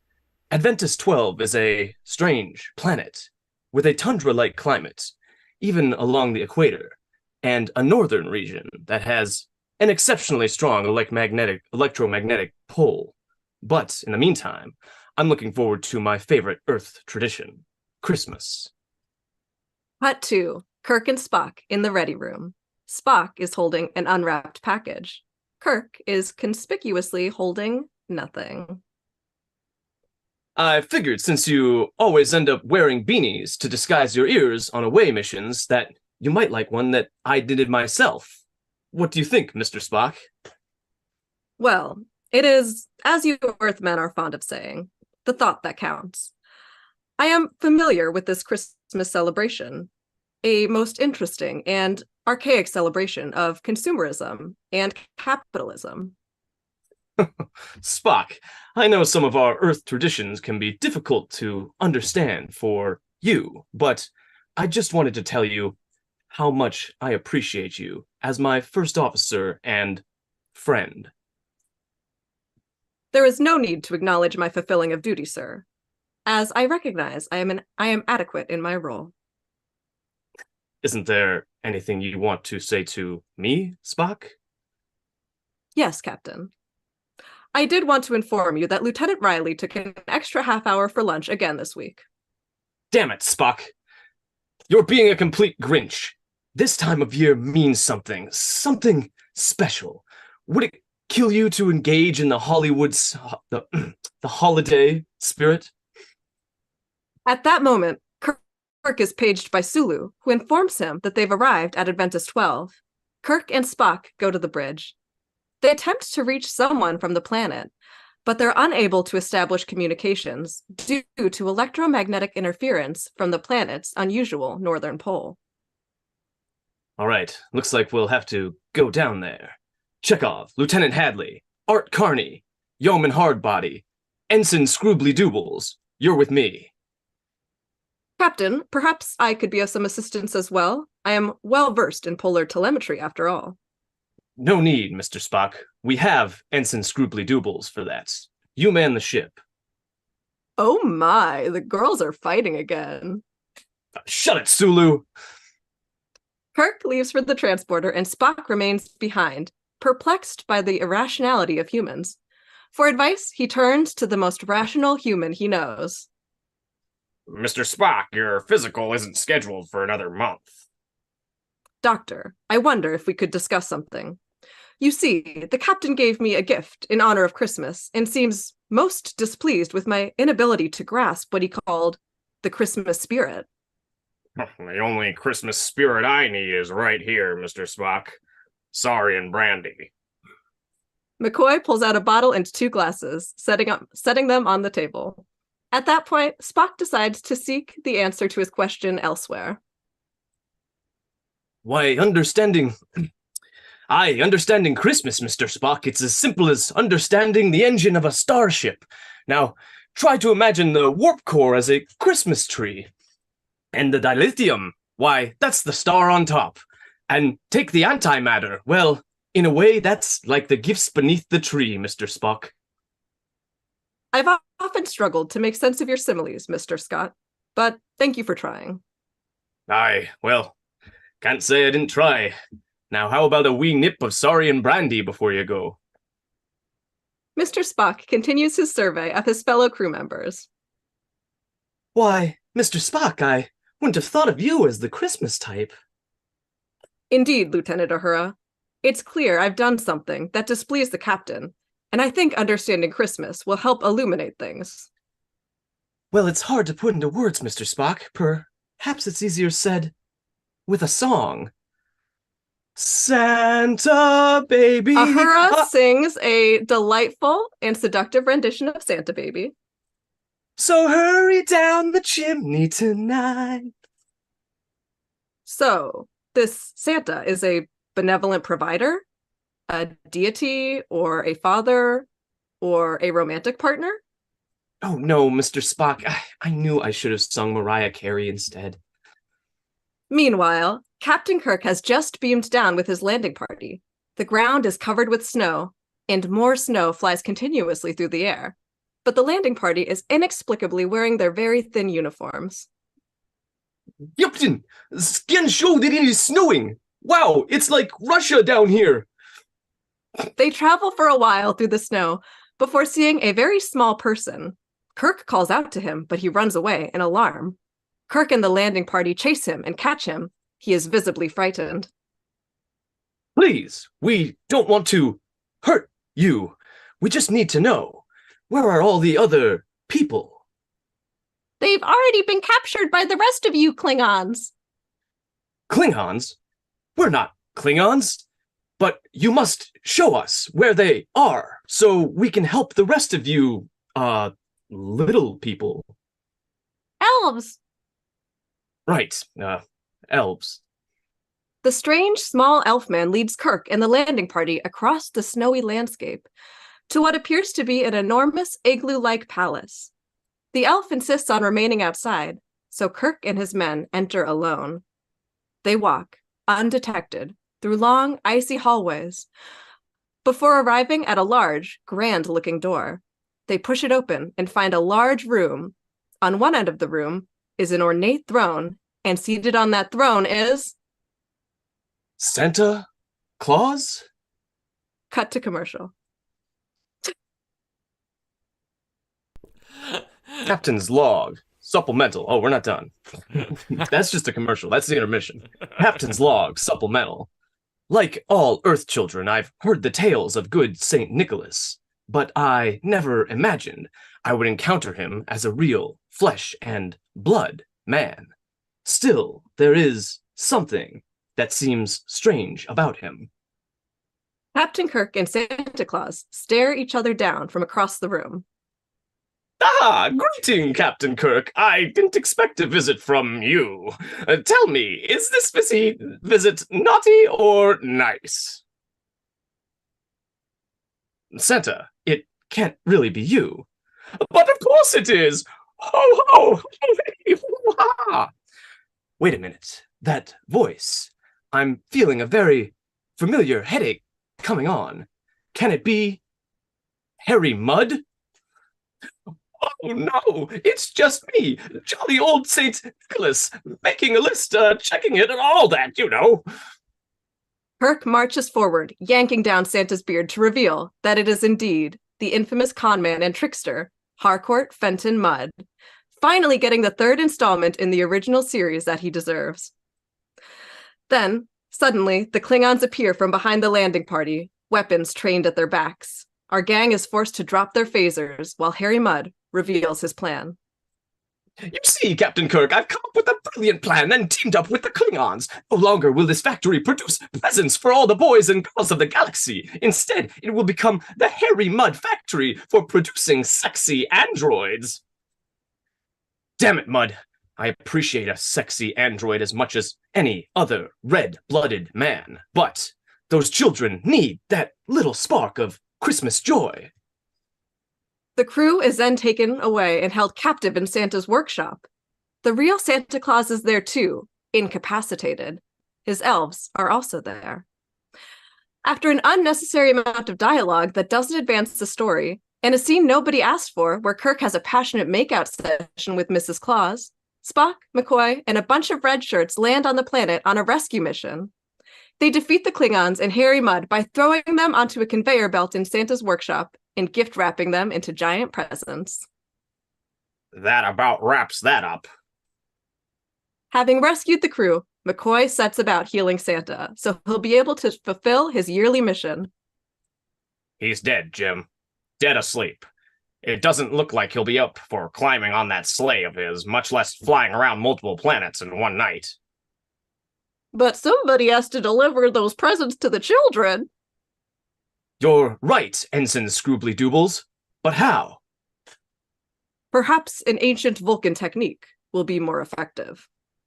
Spock reaches forward to mind meld with Santa. He says all the Vulcan-y, mind-meldy things, and as always, Leonard Nimoy gives a great, compelling performance. However, Santa still doesn't wake up. Christmas. I understand now. It's about bringing joy and brightness to the darkest, coldest part of a planet's yearly cycle. And the gifts aren't about consumerism. They are a demonstration of one's affection for one's colleagues and relations. Captain, although I haven't revived Mr. Claus, I believe I understand the ceremony well enough to perform it on his behalf. Sorry, sir, but only someone fat and jolly with rosy cheeks may pilot the sleigh. The crew looks conspicuously at Captain Kirk, who looks surprised and then indignant. Well, I don't know about fat and jolly, but I suppose my complexion is on the pinker side. With that, Kirk and his best elf Spock climb aboard the sleigh. The presents are delivered with care, and each child who celebrates Christmas experiences the joy the Klingons sought to rob them of. Later on the bridge, Kirk is at the captain's chair. Spock approaches with a wrapped gift. Captain, thanks to my mind meld with Mr. Claus, I was able to understand the significance of gift giving. This is a token of my respect for you. You see, I know of your love for Earth history, particularly the history of the ships which explored your planet and the captains who piloted them, long before there were starship captains. As our ship relies on you, ancient Earth ships relied on this. It is a symbol for the way in which our ship needs you. Why, Spock, that's very thoughtful of you to get me this lump of coal? Spock looks very pleased at having given Kirk such a meaningful, symbolic gift. The rest of the crew bursts out laughing. Oh, Mr. Spock, I think you still have a lot to learn about Christmas. Everyone continues laughing. Spock raises one eyebrow. The quirky piccolo music plays as the credits roll. Oh.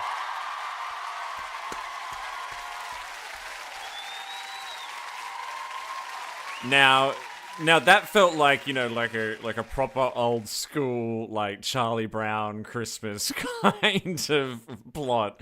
I do have one note though for you. It's not the coldest and most darkest part of the cycle on the whole planet. It's actually quite it's actually like burning like fire in some parts of the planet at Christmas time, but that's fine.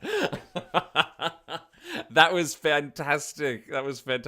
Such an amazing script. And those impersonations. Can we just take a moment to appreciate those brilliant impersonations? You were getting so much love in the chat for that. Well done. Well done. All right. So let's turn now to our Quarks for their questions and their Latinum investments. I will start with Mike. Well, I would like to, Alex, commend you on your impressions. Very, very excellent. And the story overall is really, Sammy, your narration is wonderful. But tell us, how are we going to see this? I mean, we unfortunately do not have Leonard Nimoy with us, or DeForest Kelley.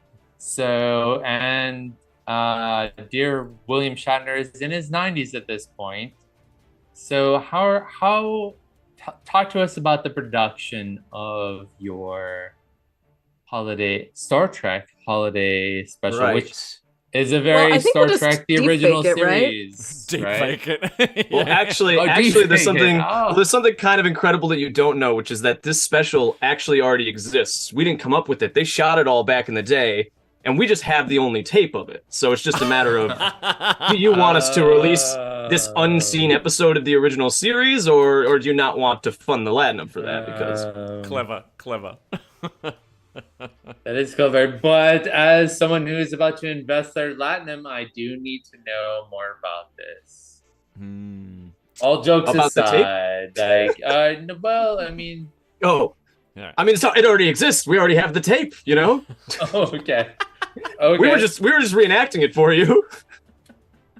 I will allow. So it actually saves you a lot of money because all you're really doing is buying a tape.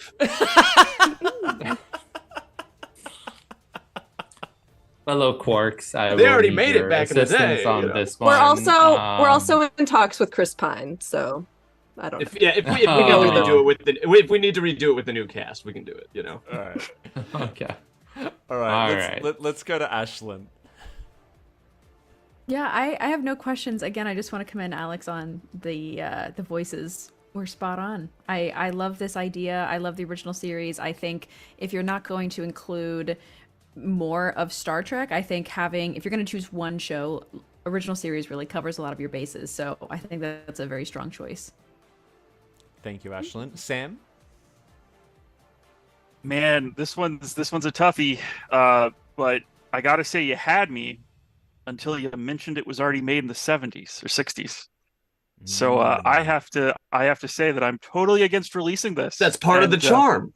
No, if Gene Roddenberry buried this, it should stay buried. So it was actually his dying wish that we release it, and it was also this is the more surprising part. DeForest Kelly's dying wish as well was that we release it. So. Wow, you're really digging in on this. Okay. So really, if you're not giving us Latinum, you're kind of saying like F you to Roddenberry and DeForest Kelly, you know? Well, now you're definitely getting 0. Wow. All right. Okay. The gauntlet has been laid down. Grand Nagus, I've been seeing lots of nodding and thumbs up along the way. You know me. I can stay quiet. I cannot stay quiet. That's why I mute myself. First of all, as Grand Nagus, I want to thank you for having a commercial break. That is a very important part of the whole Quark network. So thank you so much. Yeah, and we had also a Slugger Cola earlier, and I want to praise everybody that keeps in mind why you were here. And I am surprised that you're not open to recasting, as we have amazing actors right now that are. Oh, we absolutely would. I'm just saying we don't have to, but we'll do whatever you guys want. You're the execs. Well, if you already have the tape. Yeah, I mean, it seems like a lot of money to spend when you have the tape. Listen, you're the producers. If you want this incredible tape, you can have it. But if you have something against Gene Roddenberry and DeForest Kelly for some reason, then we can remake it with the new cast members.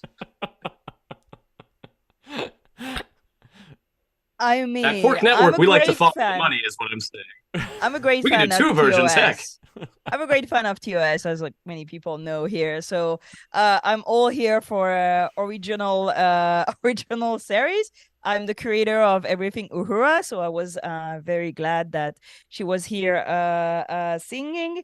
But I do think that modernization of the original series is today a must for our viewers in order to be able to sell these Christmas special. Well, we could do like a Star Wars special edition thing where we put like a bunch of like big CG creatures like right in front of the frame. So it's like as Uhura's singing her song, yeah. People of there's color, like just characters women, like just walking stick in front of the frame. Yeah, we'll just stick them all over, and then it'll feel like really modern. Like I can't. I think people will be into I was that. ready to invest, and the more you're talking, and the less I want to invest. Oh my god! Alex, forget that last part. Forget that last part. You know what? I think I'll answer the rest of the questions. This is falling apart. Where's the PR on this team? Oh, you know, I'm just saying we're open to suggestions. We're open to suggestions over here. Yeah. We'll try anything if it makes the Quark Network a buck. This is live and raw. I can't edit any of this out. We're all only doing this for the commercial breaks. Let's be honest. To sell Slugger Cola. Thank you. All right. Okay. Let's invest our Latinum. Let's. That was one of the more entertaining segments, I think. But Ashlyn, how much Latinum are you willing to put down up front? Well, I'm sensing sometimes. I'm going to kind of ignore what you've been talking about, and also take you seriously that you are willing to recast if possible. So I'm going to give you 7 bars of Latinum on this idea. I think a great script that you have watched is clearly a lot, to record down. So yeah, wonderful pitch. All right, 7 bars. Which Ashlyn is going to leave you 26 that you can distribute at the end. Sam? Oh, none. No, absolutely 0. This is I hate the original series. This is the worst pitch. Todd, you moved up a peg. He's out of his mind. Mike? This man might as well have killed Roddenberry himself. Oh my god! Stop talking. Stop. They hate it. Stop. Savage. And Sam, after Sam, I'm I the think I one might. getting I hit- Sam, I think I have a solution for us. Sammy, how much would it take to cut your brother out of this Oh. production? It will take Now we're nothing. I talking. will do it like that. He's out of here. Fantastic. So We can get an actual Scottish um, person. No problem. Perfect. Great. So I will invest 5 up front, Sammy, Mhm. with On the that caveat condition. that Alex is completely out of the picture. And Sam, I'm happy to match, even if you want to throw in 1 platinum just to help this along. I totally feel you. So I feel like this is something we could partner on. This is definitely late night television. This is not something that we're going to throw in prime time, just to be clear, at least initially. But I think we need to mute Alex and have Sammy be a executive producer with us along with this. What do you think? What do you think, Sam? Can I do negative latinum? You can't. Art Carney was in it, Sam. We put Art Carney in it. Come You know on. what? You did put Art Carney in it for the sake of Art Carney. I'm going to give him 2 bars. 2. All right, we're going on to 2. Giraffe, put us out of our misery. What are you going to I want to get on the same deal than Mike. Yeah. It's done. And yeah, if we can have a recast and Mm-hmm. talk about certain interactions and so on, I think it's a good idea. And anything with Uhura anyway gets at least 5 bars of Latinum. So here, 5 bars. 5 Thank it you. is. All right. Alex, don't cheer. It's not for you. Alex is I'm out. supportive of your dreams too, Sammy. Oh, thank you. So that gives you a total of 19 bars, which puts you in 3rd place behind MC and Mike and Lenita. And in front of Where's Beverly and Todd. Now, it's time for the final investment. So I'm going to need everyone to return. Can I get all of our former presenters to please return to the Quark Tank? Hello, everyone. Look at all those all those beautiful faces. Oh my god, I can't. I feel like that's some kind of weird silent protest going on from Adrian and Sophia. All right. So, look, what we're going to do now, so just so you know, get your pens and papers out, Quarks, because we've got a bit of work to do here. So, Giraffe, you have got 30 bars that you can distribute however you want. Ashlyn, you have got 26 bars that you can distribute however you want. Sam, you've got 24. And Mike, you have got 25. Does anyone want to put their hand by a show of hands? Does anyone want to make one whilst they calculate what they're going to give? Does anyone want to make one last final plea for some Latinum? Yes. If we can get up to 50 Latinum, I will fly a shuttle straight into a sun while I'm in it and leave all the rights to the existing tape and script to Sammy. All right, and I think Adrian, I think you were about to speak. Then, what's your final plea? If you invest in us, we will make something happen that no one has been able to make happen outside of fan fiction, and that is again Janeway and Chakotay touching butts. Good to do. Excellent. I mean, I've been wanting to see a bit of butt touching in Star Trek for some time. Todd, I've got something. Oh, go MC. Go MC. Oh. You go. MC, how could you Mirror have more? you- You literally have. I do have 50 something. bars. I have something. Mirror Universe Art Carney. Ooh. Oh dear. I I would just say that I would love a moment in the MC universe of this holiday special, because at the end of the day, I want to see that holiday special. So just, let us have a commercial plug that we're coming up after MC's holiday special. So we can get a twofer here. We would love to follow MC on the night that hers is broadcasting. So I think that would be a really good 1-2 punch for the network. Yeah, I want that too. Excellent. All right, we've got a bit of teaming up. All right, and Todd, what's your plea? Please. Just please. Yeah, listen. I've been here for every word of bashing. Yeah. For the other specials that didn't also make the Bechdel test. And I just feel like a simple please. I'm clearly not drunk.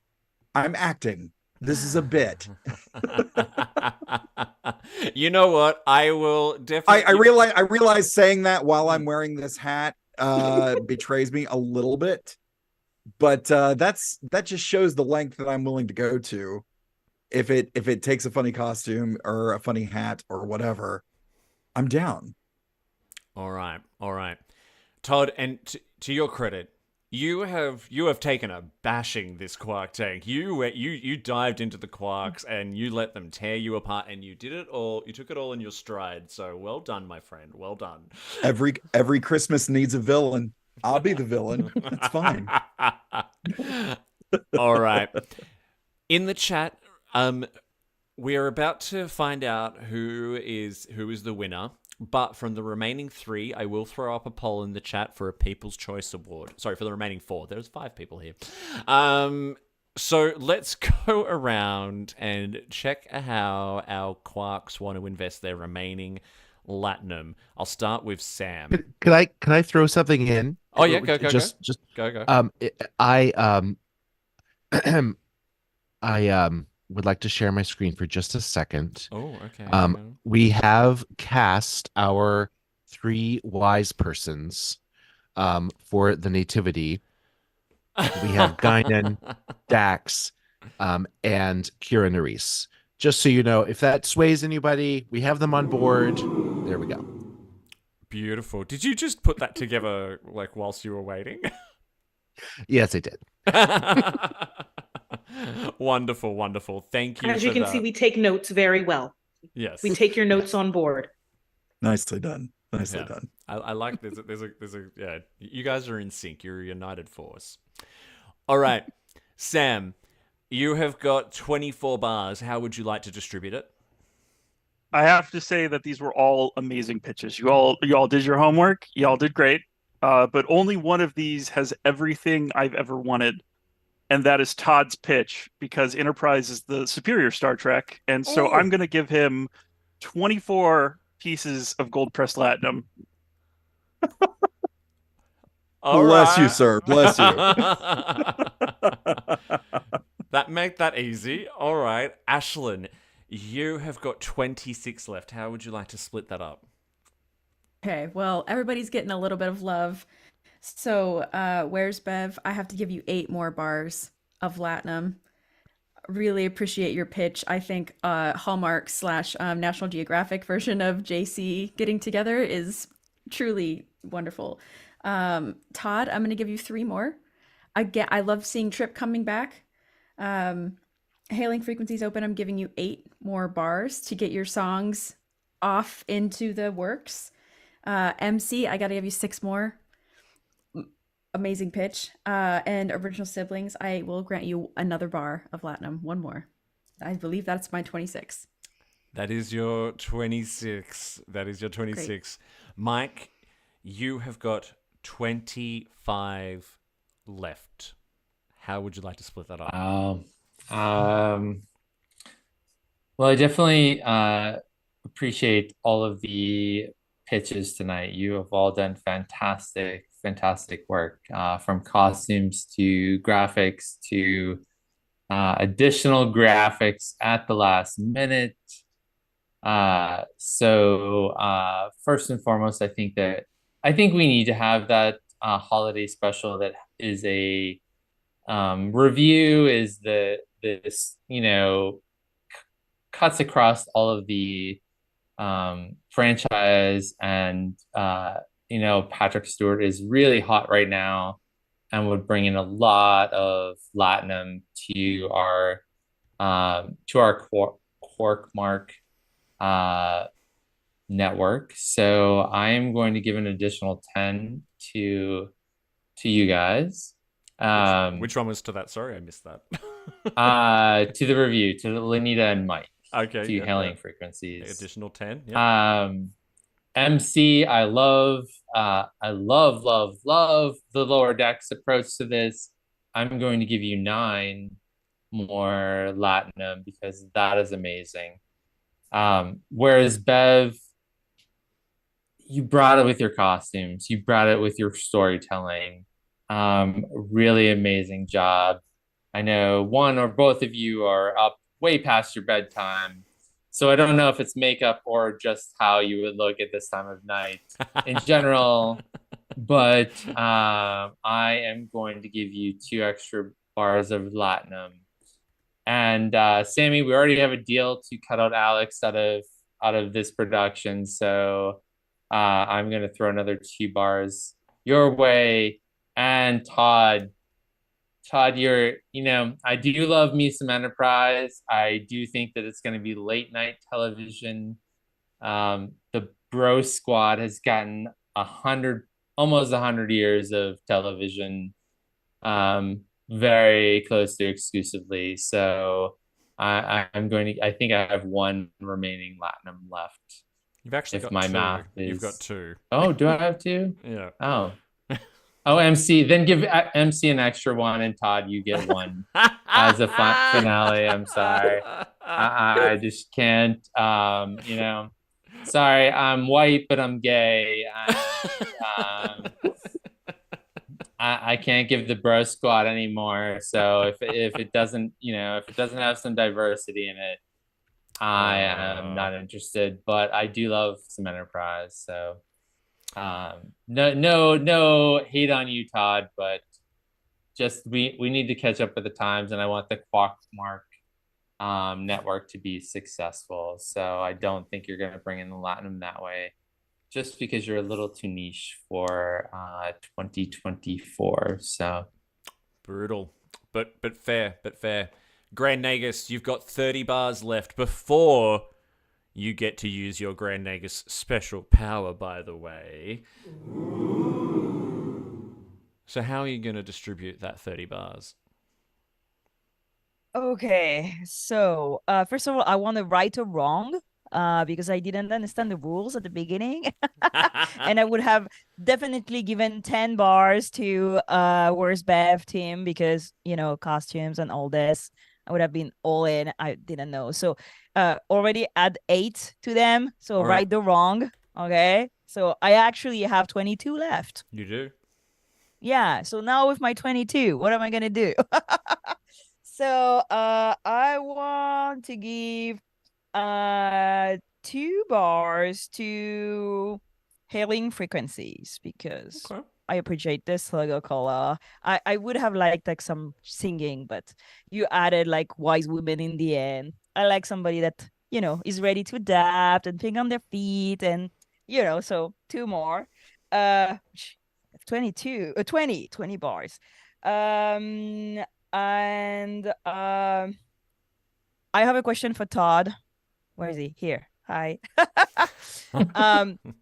Why bench T'Pol? Could we revisit having T'Pol, which is my favorite character ever on Enterprise? I love T'Pol.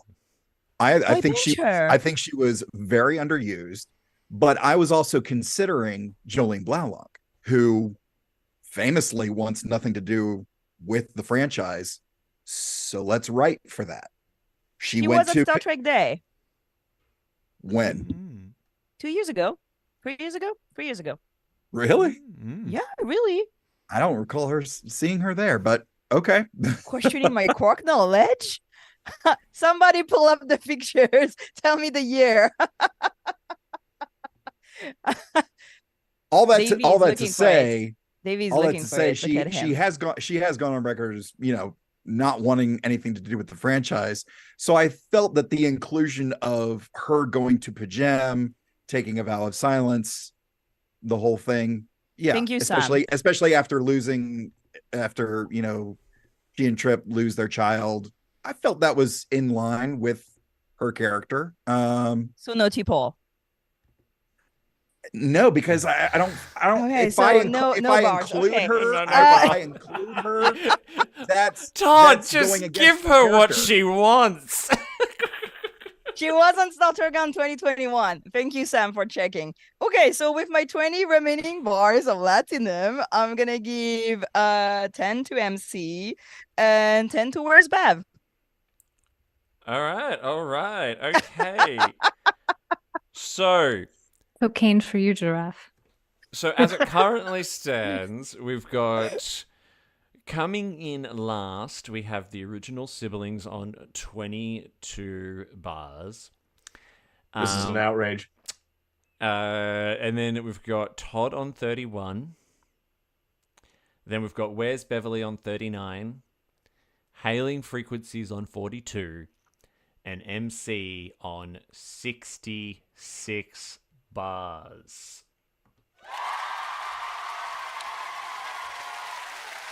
MC, I did say at the start that you, as Grand Nagus, you have special power. Once off, you can take a chunk. I think you mean Giraffe. Sorry, Giraffe. Yeah, sorry. You said MC. I did. Oh, that's okay. I was like, oh, she has power? We've been streaming for Do 2 what? hours now. I'm getting a little break. You're not the first person who has done it. Yeah, it happens. Giraffe, I apologize. You have a special power as Grand Nagus. If you wish, you can take a chunk of investment from however much you want from one of these competitors and give it to someone else. Or you can leave it exactly as it is. What would you like to do? You sure you don't want to add to Paul? He said no. I tried. holding Even firm. Brad said that she wasn't Star It Trek would there, be but no. against her character. I'm paying attention to the character. So, hailing frequencies. That's why I got you like extra points because you worked with me. Thank you. I think that it's a bit sad that the original siblings are last because, I mean, Sammy did show a lot of will to like work with us and yeet her brother into the sun, but I feel I'm getting a lot of heat already from like doing that episode, so I'm like, can I concert with the Quark, like Quark Tank? Do you have any suggestions? Any suggestions, Ashlyn? Everybody is like tiptoeing now. No, I'm not tiptoeing. Yes, if Sammy wants to go solo with us and cut out Alex, then I think we should steal some money from the T'Pol hating Todd, apparently,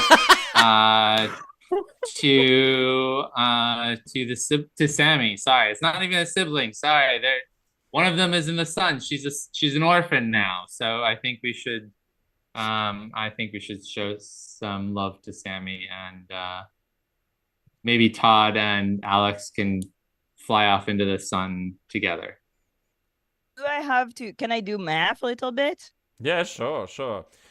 Oh, we have a people choice right now going up. Okay. Yeah,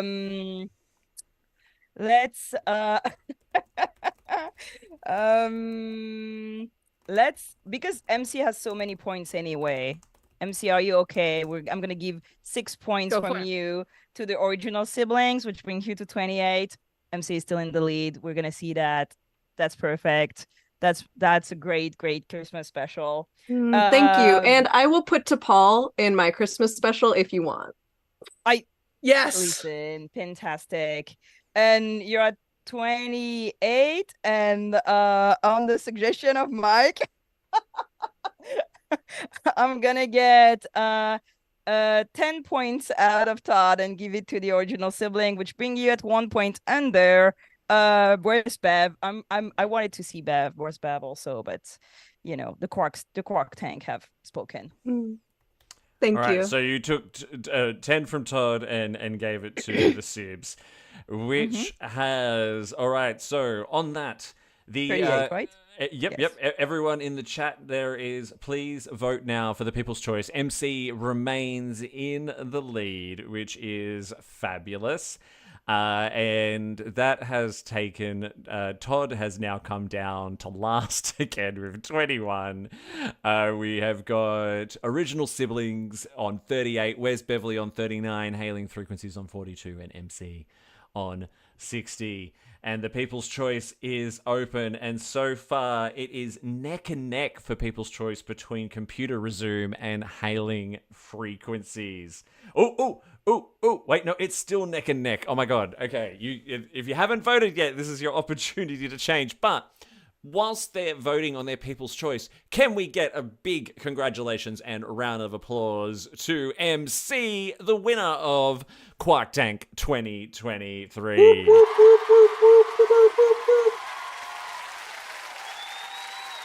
MC, what's your acceptance speech?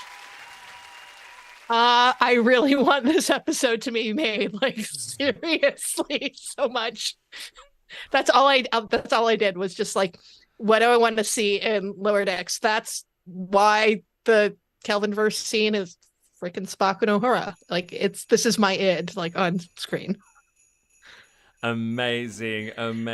Well done. It was, look, and a big well done to everyone, by the way. That was fabulous. And look, the People's Choice Award, it remains tight. We've got an even split between Hailing Frequencies and Computer Resume for first place in the People's Choice, and Original Siblings and Where's Beverly are tied on 13% as well. Oh, sorry. It's just changed. I'm going to end the poll there. Hailing Frequencies open. It's just taken out the People's Choice Award. 40% of the vote. Well done.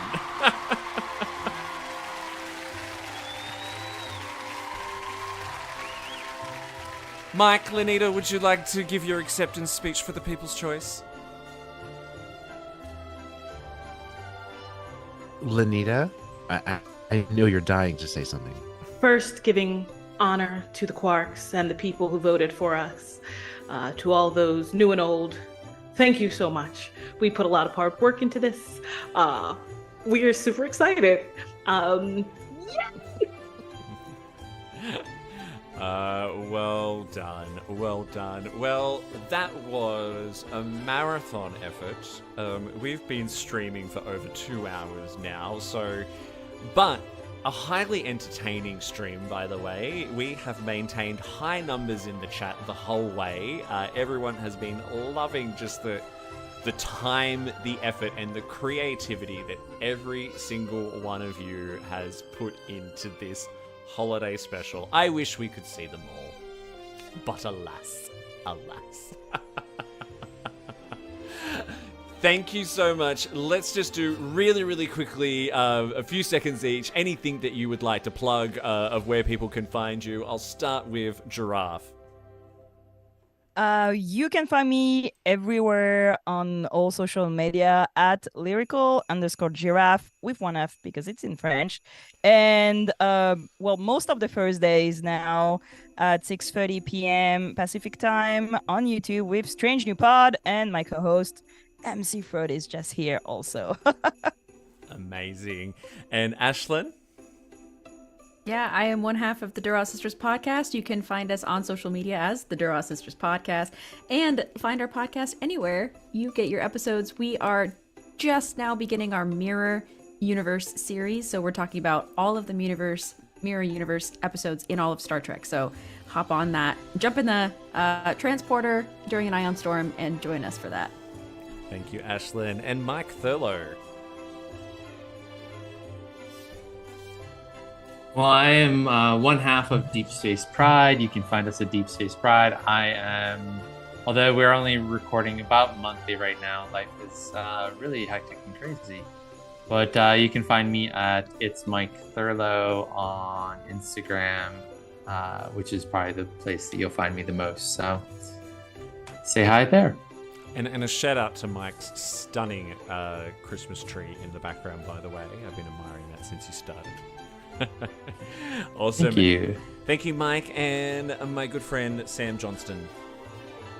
Hey, I don't have really any social media, but you can find me at the Brotherhood of VarosCanusta.com. It's an organization dedicated to preserving and exploring the human experience. So we'd love to see you over there. Thank you. And Todd? Yeah, you can find my show, the Computer Resume Podcast, available wherever you get your podcasts and on all the socials at Computer Resume. Our current episodes, we just loaded up interview episodes with Elizabeth Dennehy, who of course appeared in The Best of Both Worlds, and Chase Masterson from Deep Space Nine. I did my first dramatic reading from one of the Star Trek comic books, Star Trek #2. And coming up this Monday, we'll be releasing an interview with TrekFest 38 model winner.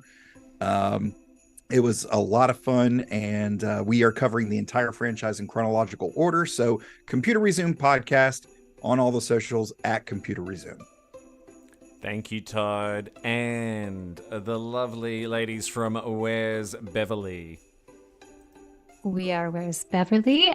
We just reviewed cocaine. We just reviewed a Hallmark's A Biltmore Christmas with Jonathan Frakes and Robert Picardo, and we have a couple of more holiday specials coming out. We do a little bit of everything, but if you like Star Trek and the Muppets and fantasy football, you might like our podcast. And Sophia, where can the people find us? We are on Instagram at Where's Bev, Twitter at Where's Beverly, and as always, send us your fanfic recommendations, pictures of your cat, Where's Beverly at gmail.com. MC? As Giraffe said, you can find me on Strange New Pod Thursday nights.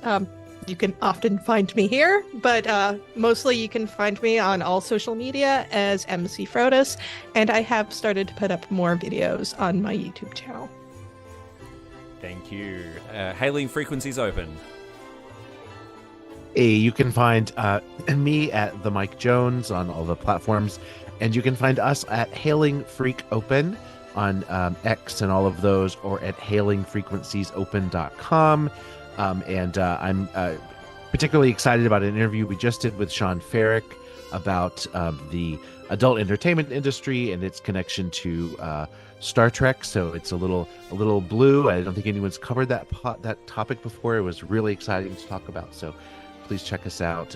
And I just want to say thank you, Davey, for bringing us all together to do this. I know it's a lot of work. Thank you. I mean, the great thing about this episode is you guys wrote all the content, so that made it a lot easier on me. And last but not least, my good friends from the original siblings. Where can people find you? Well, Alex usually does this part, but he's flown into the sun, so I'm not quite there yet. I haven't hit it yet. I'm moments away from burning up. Let me tell you guys right before I die. Star Trek, the original siblings. You can find us on all the streaming services, all the podcast streaming services, that is. You can find us on Instagram at STOSibsPod. And if you want to check out my YouTube, which is a little less Star Trek related, it's Real Alex Brisson. I review terrible movies. It's very silly, and it's quite a good time. Check out any of those things. We just watched that episode with the Native Americans from the original series, so if you want to hear us react to that, then go check it out. Amazing. Thank you, everyone, so much for coming along and having a good time with this today. A big thank you and a big shout out to this show's associate producers, Matt Harker, Jason Anderson, and Lars DeSenza of the Red Shirt Geeks.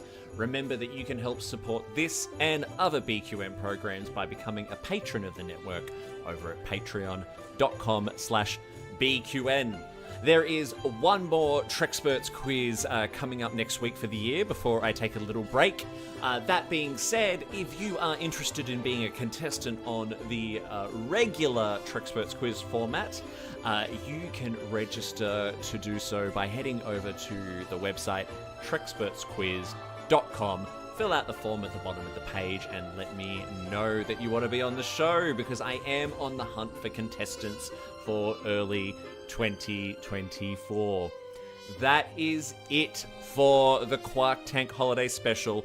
Whatever it is you celebrate at this time of year, I'm a big Christmas fan myself, so Merry Christmas if that's your thing. Hanukkah, all the rest. Hope you have a safe and a wonderful time. Thank you all for joining in on the show. And don't forget, until next time, no matter what you do and no matter where you go, make sure you go boldly, live long, and prosper.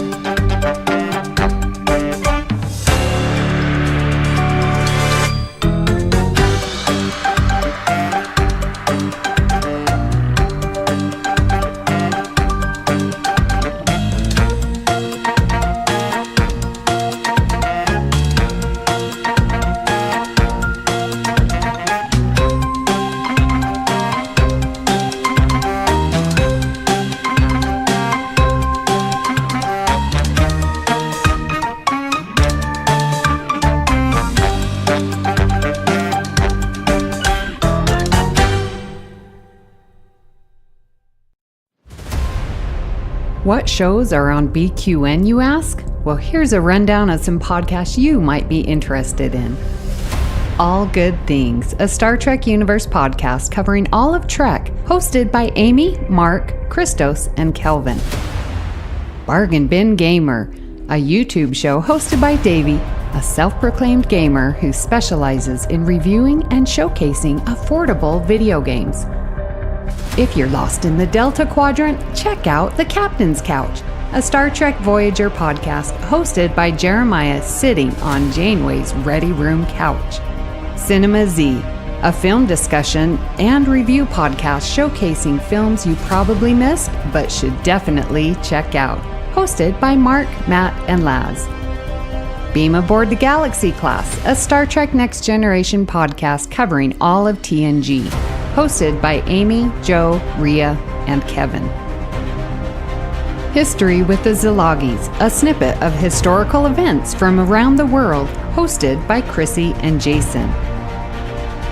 For the newest Trek coverage, check out Infinite Diversity, hosted by Chrissy and Thad. Test your Trek knowledge with Treksperts Quiz, a Star Trek quiz show hosted and written by Davey. Union Federation, covering all things Star Trek and the Orville, which we all know is really a Star Trek show, hosted by Kyle, Kevin, Amy, and Haley. Spill the Tea with What's the Tea, Bev, a Trek current events and fan interview show hosted by Christos. And for our Patreon members, we have The Hive Mind, BQN's monthly roundtable discussion with hosts and listeners. It's Green, a cornucopia of topics hosted by Mark. And Amy's Math Moments, a quick look at math moments in Star Trek, hosted by Amy. We know you have a choice of podcasts to choose from, and we thank you for listening to BQN. Assimilate the audio.